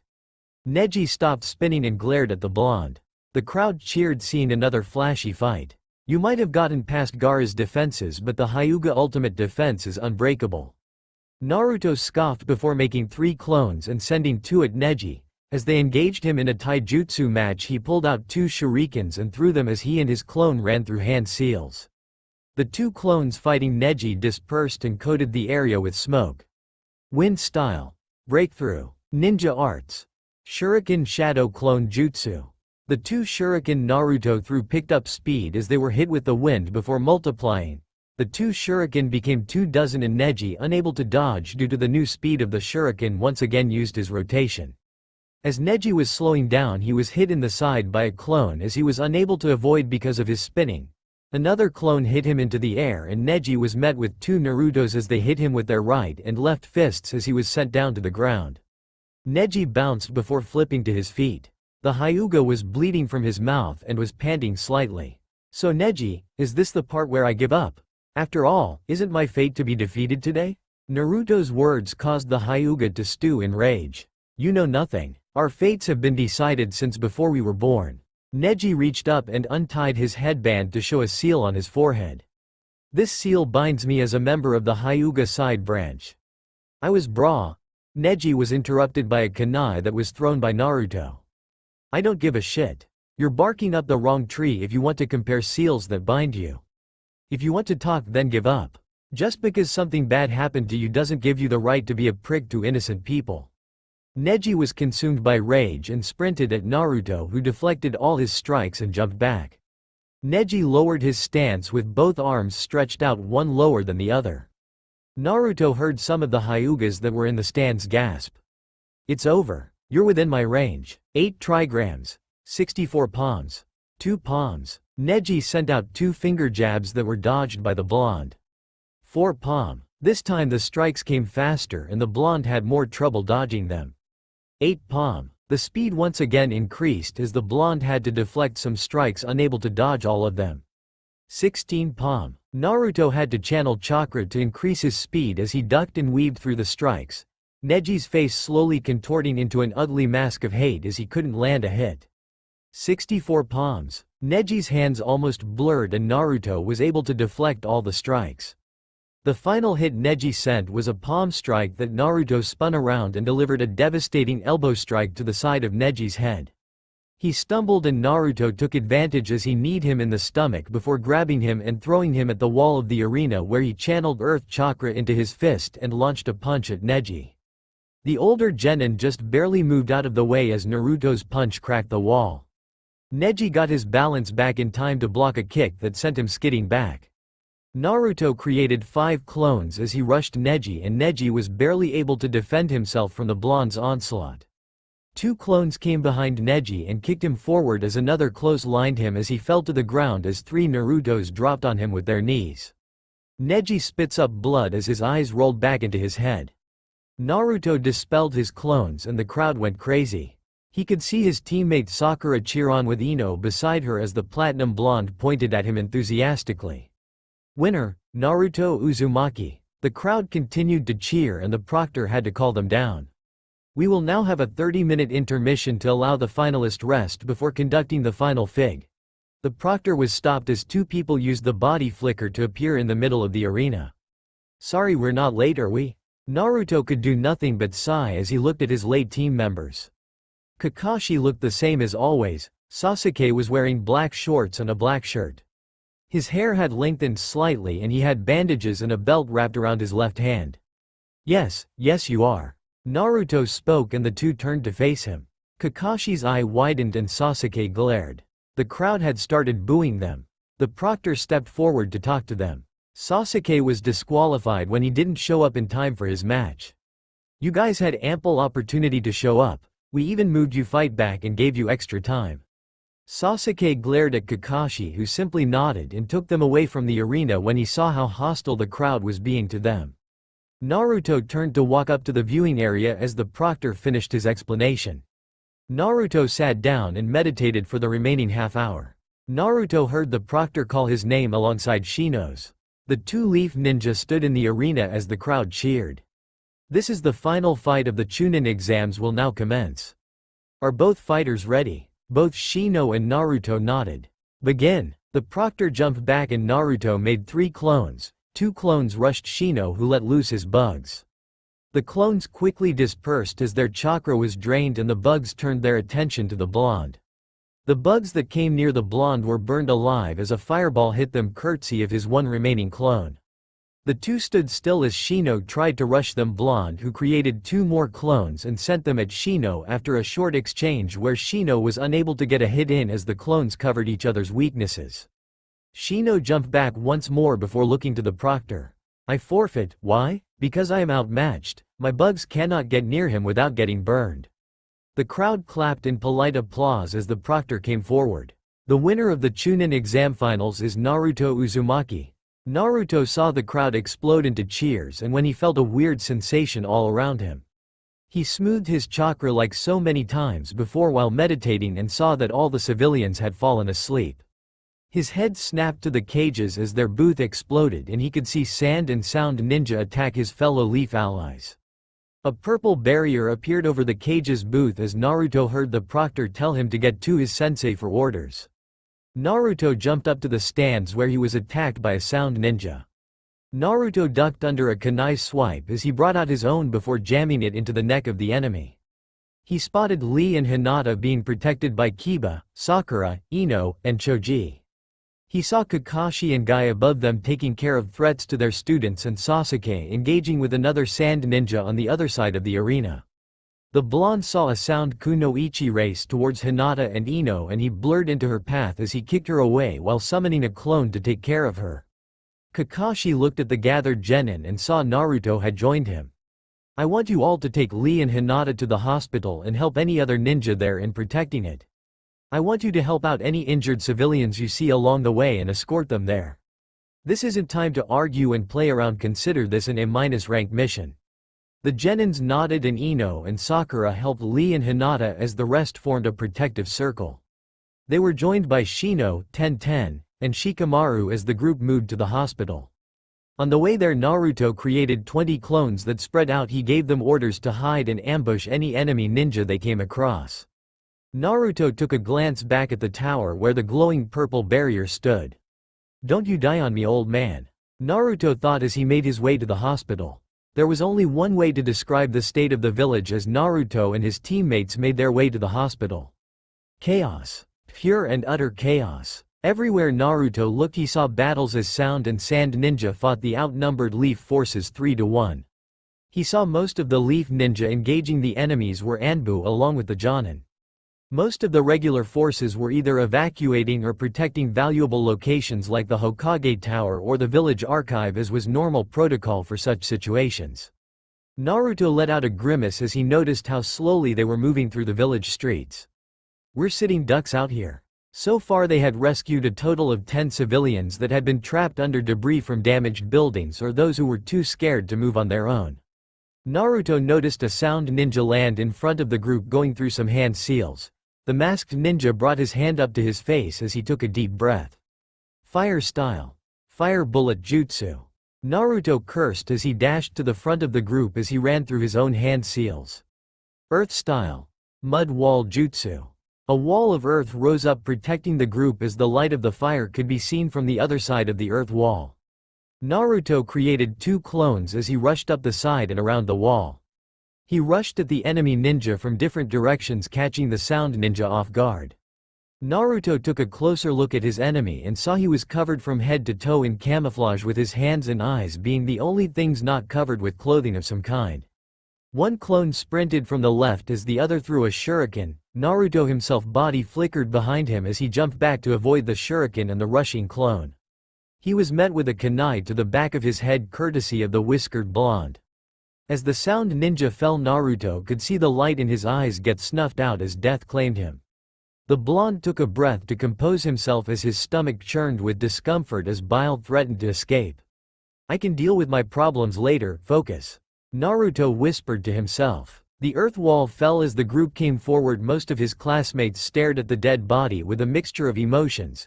Many of the civilians lost their lunch as they were not used to such situations. The whole exchange lasted no more than 10 seconds. Let's keep going. Nobody argued with the blonde, though the pace was significantly faster as many of the civilians picked up their pace, not wanting to be out in the open longer than necessary. Naruto stumbled and almost threw up again as he got the memories of some of his clones. So many dead bodies, Naruto thought as he saw himself ambush several ninjas in many different ways. Some used kunai, others used jutsu, but the blonde could remember every detail as they died. He also saw how he saved groups of civilians from attacking sound ninja, though some were not so lucky, and from what he could see, some of the sound ninjas liked to play with their victims. They're monsters, they're no better than the thugs Gato hired in Wave. Ino, who was in the middle of the group helping some of the injured moves, saw her fellow blonde stumble. Are you alright? Naruto didn't look at the platinum blonde as he responded, his eyes never stopping as he scanned the area for more enemies once he centered himself. No, but I'll deal with it as soon as we're all safe. Ino nodded but still sent concerned glances at Naruto. Shino stepped up next to the blonde as he led the group to the hospital with Shikamaru. I have sent a perimeter around us with my insects. It should give us ample warning to enemy movement and help us to avoid any more conflict. We're about 5 blocks away from the hospital, Shikamaru said to his 2 friends. Right, we need to be more careful. If we've gotten lucky that the Anbu and the other higher-ranked leaf ninja have mostly cleared the area and are keeping the rest distracted. The 2 nodded as they went back to the right and left of the group respectively.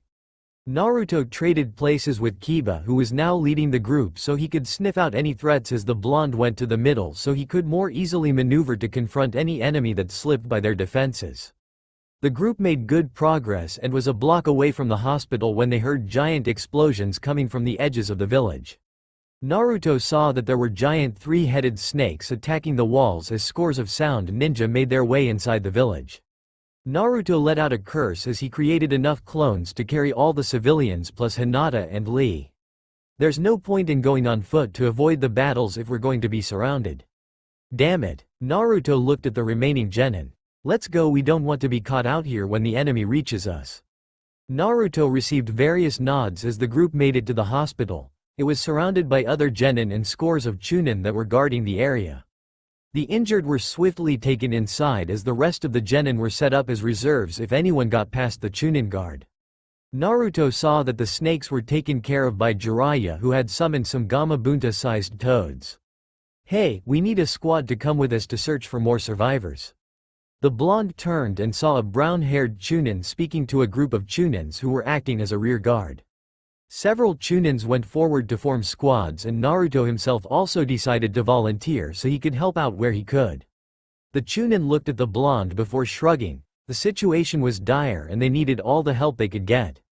Good. Right now the Leaf Village higher-ups are organizing a counterattack while the Jonin and the Anbu hold of the enemy. We shall pick up any civilians that maybe be out there and take any injured leaf ninja back here. The chunin looked at Naruto for a second. This is a serious situation. While we won't be actively engaging the enemy, there is no doubt fights will happen. I'll be fine, I can handle myself. The chunin grunted as he turned to the group of 10 chunin. Let's get moving. Remember that our top priority is evacuation, but don't hesitate to help out anyone in need.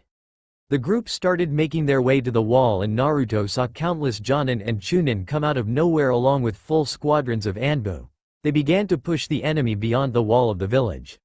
It was half an hour later where Naruto had taken dozens of injured ninja away when he saw the barrier around the Hokage's booth fell. It was 10 minutes after the barrier fell that the enemy forces began retreating from the village. Naruto had killed 5 more enemies in the time since he left with the squad of Chunin. Naruto made his way to the hospital carrying a fellow leaf ninja on his back. It was some dark-haired chunin who had been caught by an enemy's fire jutsu and had burns all over his body. The blonde dropped off the older ninja whose name he didn't know at the hospital and went back to continue looking. There was still a large amount of sound ninja who had stayed even after their sand allies left. He quickly found another leaf kunoichi fighting a group of 3 sound ninjas. She had wild brown hair with the rectangular face tattoos that were so famous in the Inuzuka clan. Naruto watched as she took a kunai to the leg, and he quickly created 5 clones as he cut off the closest sound ninja. He was wielding a tanto and he was about to stab the downed kunoichi. He brought out his kunai and the steel sparked as the blades meet. He held the man back as his clone picked up the women and backed away as Naruto's other clones tag-teamed their own targets. The blonde and the sound ninja broke their struggle as the older man rushed at the shorter blonde with a wide swing of his tanto. Naruto, seeing this, ducked under the swing only to be kneed in the face. It was only thanks to him listening to his instincts that he brought up his kunai to block a strike from the sound ninja. Naruto spun around, displacing his weight, making his enemy stumble forward as he slashed his knee. The sound dropped, unable to support his own weight, as the blonde jammed his kunai into his neck and ripping it out. Naruto's body flickered beside another sound ninja, and as he and his clone both managed to stab him in the chest, he was taken by surprise, not expecting another blonde to show up, and his shock was visible in his eyes as he collapsed to the ground. He turned to the final sound ninja and saw his clone kill him before all of them dispelled. Naruto walked to where his first clone and the kunoichi were at. She had the same slit eyes as Kiba. She looked at the blonde with a wild smirk. "Thanks for the save there. I usually have my ninja dogs fighting with me, but they got injured earlier and I was making my way back to the hospital to see if I could help anyone there as the fighting is dying down when that group managed to ambush me. My name's Hana Inuzuka." "No problem, my name's Naruto Uzumaki. I've been helping wherever I can, taking any injured I see to the hospital." The two made their way to the hospital as more and more people showed up and medical tents were set up outside to take care of those who only had flesh wounds as to leave the inside for those who truly needed it. It was already dusk when Naruto was given orders by the Jonin who had taken command of the area for all genin to go home and that they would all be gathered tomorrow early at the plaza to be given further orders. Naruto barely heard the man as he started walking to his home. A cold, numb feeling spread throughout his body. The news had started to spread recently, and the entire village received terrible news. The third Hokage had been killed in battle. The blonde entered his home and thanked his lucky stars it was intact. This area had been full of fighting and many buildings on the block had been damaged. There were plenty of people staying at the shelters for the next couple days as repairs were made from all over the village. Naruto made his way to his bed, and for the first time since he was a child, he truly cried. He let out the sorrow in his soul as he thought about the man he admired most, and he thought about the people he had killed, so he cried. The next days were spent mostly on autopilot for Naruto as he along with other genin patrolled the inside of the village as most chunin and jonin hunted down any sound ninja in the country. The sand village had been very quiet after the attack and things were very tense between the two once allies. Naruto hadn't teamed up with anyone he knew during the patrols, and 5 days after the battle the village gathered for the third's funeral. Naruto was one of the first people to show up. He had seen Konohamaru with Ebisu and he walked next to him. The young Sarutobi took one glance at the blonde before throwing himself at him as he started to bawl. Naruto patted the younger boy's head as the two grieved as more and more people started to show up. It took several hours before the funeral was over. The sky began to darken as the rain started to fall. Naruto was headed home when he was tapped on his shoulder by his team's sensei Kakashi. The two stared at each other as the rain pelted the two ninjas. "We'll be meeting at 7 tomorrow. How are you holding up?" Naruto looked at Kakashi before shrugging. "I'll live." With his quick reply, Naruto's body flickered away. He was in no mood to deal with his teammates right now. Naruto ended up wandering the village for a while as his mind wandered. All but the most necessary shops were closed for today as the village mourned. The village looked deserted as the rain kept pouring, and by now he had been walking for an hour. He was soaked to the bone. "Hey, Naruto." The blonde turned around as he spotted Ino behind him under an umbrella, still dressed in black from the funeral. "Hey." Ino walked closer to her fellow blonde as she brought her umbrella so it could cover both of them. "What are you doing out here? You're completely drenched." Naruto shrugged his shoulders. Ino could see how down her fellow blonde looked, so she took his arm and started dragging him to his home. They walked in silence with Naruto's gaze never leaving the black sky. They made it to the whiskered blonde's apartment as the winds began to pick up and went inside quickly. "Go take a shower before you get sick." Ino's tone was stern, and normally Naruto would put up more of a fight with being ordered around in his own home, but he didn't have it in him today. Naruto came back out to Ino carrying 2 cups of his instant ramen. Both blondes sat on the couch as they ate in silence. Eventually, Naruto put his empty cup down as he glanced at Ino. He took a moment before speaking. "Thanks." Naruto's voice was soft and quiet. "You're welcome." Ino's response was also quiet as she looked around the blonde's apartment. "How are you doing?" Naruto had to hold back tears as he thought about the third and all the lives he had taken. The events were still fresh in his mind and today's funeral made everything real. "I'll be fine." The platinum blonde didn't believe Naruto if her face was anything to go by. She saw how he was shuddering slightly and his eyes clouded over as he tried his damnedest not to cry. Ino struggled internally before she brought him into a hug. Naruto stiffened for a moment before tears began to fall from his eyes. The two sat there for some time before the blondes separated. "You know, the third was the only person I had growing up. When I was younger, some things happened at the orphanage I was staying at that forced me to come live by myself." Ino listened closely as the blonde spoke about the third. "He would come by whenever he could to check on me." Naruto let out a small watery smile. "It was a surreal experience to me at the time. Any adult I would meet would ignore me and all the children were told by their parents to stay away. Having him there was like seeing color for the first time. I asked him why he cared about me one day when he visited. It just didn't make any sense to me, who had been ignored by all others, that this man would show such love." "Do you know what his answer was?" Naruto turned to look at Ino, who shook her head. "He told me that it was because he was Hokage and that the entire village was his family. I didn't really know what the Hokage was at the time, but I wanted to be it. Can you imagine it? Having an entire village as your family. It was an amazing dream. As I grew I learned what the Hokage was and what they did. My dream never changed, but my reason did. I originally wanted to be Hokage because then I'd have a massive family, and as a 6-year-old orphan that was an amazing concept. When I got older I wanted to be Hokage so I could protect him, so I could protect the Ichirakus who feed me on days I didn't have enough money because I mismanaged it." Naruto looked at Ino, who was staring intently at him. "But I failed. He was my hero and I wasn't there to help him when he needed it the most." Naruto clenched his fist in self-hate. "You can't blame yourself for that, Naruto. From what I heard, even the Anbu couldn't get through that weird purple barrier. There was nothing any of us could have done." Ino brought the blonde into another hug. "He would be proud of you. I just miss him so much." Naruto's voice was soft as he said this. He looked at his fellow blonde as he spoke. "Thank you, Ino." "You're welcome." The two sat there quietly as the storm outside continued to rage on, and eventually the two fell asleep as the day's fatigue took its toll. The two blondes woke up the next morning with Ino resting her head on Naruto's shoulder and the whiskered blonde resting his head on hers. Ino groaned as she saw had fallen asleep. "My parents are going to kill me." Naruto got up and stretched as he made his way over to the kitchen and started making breakfast. He looked at the other blonde who sprawled herself on his couch.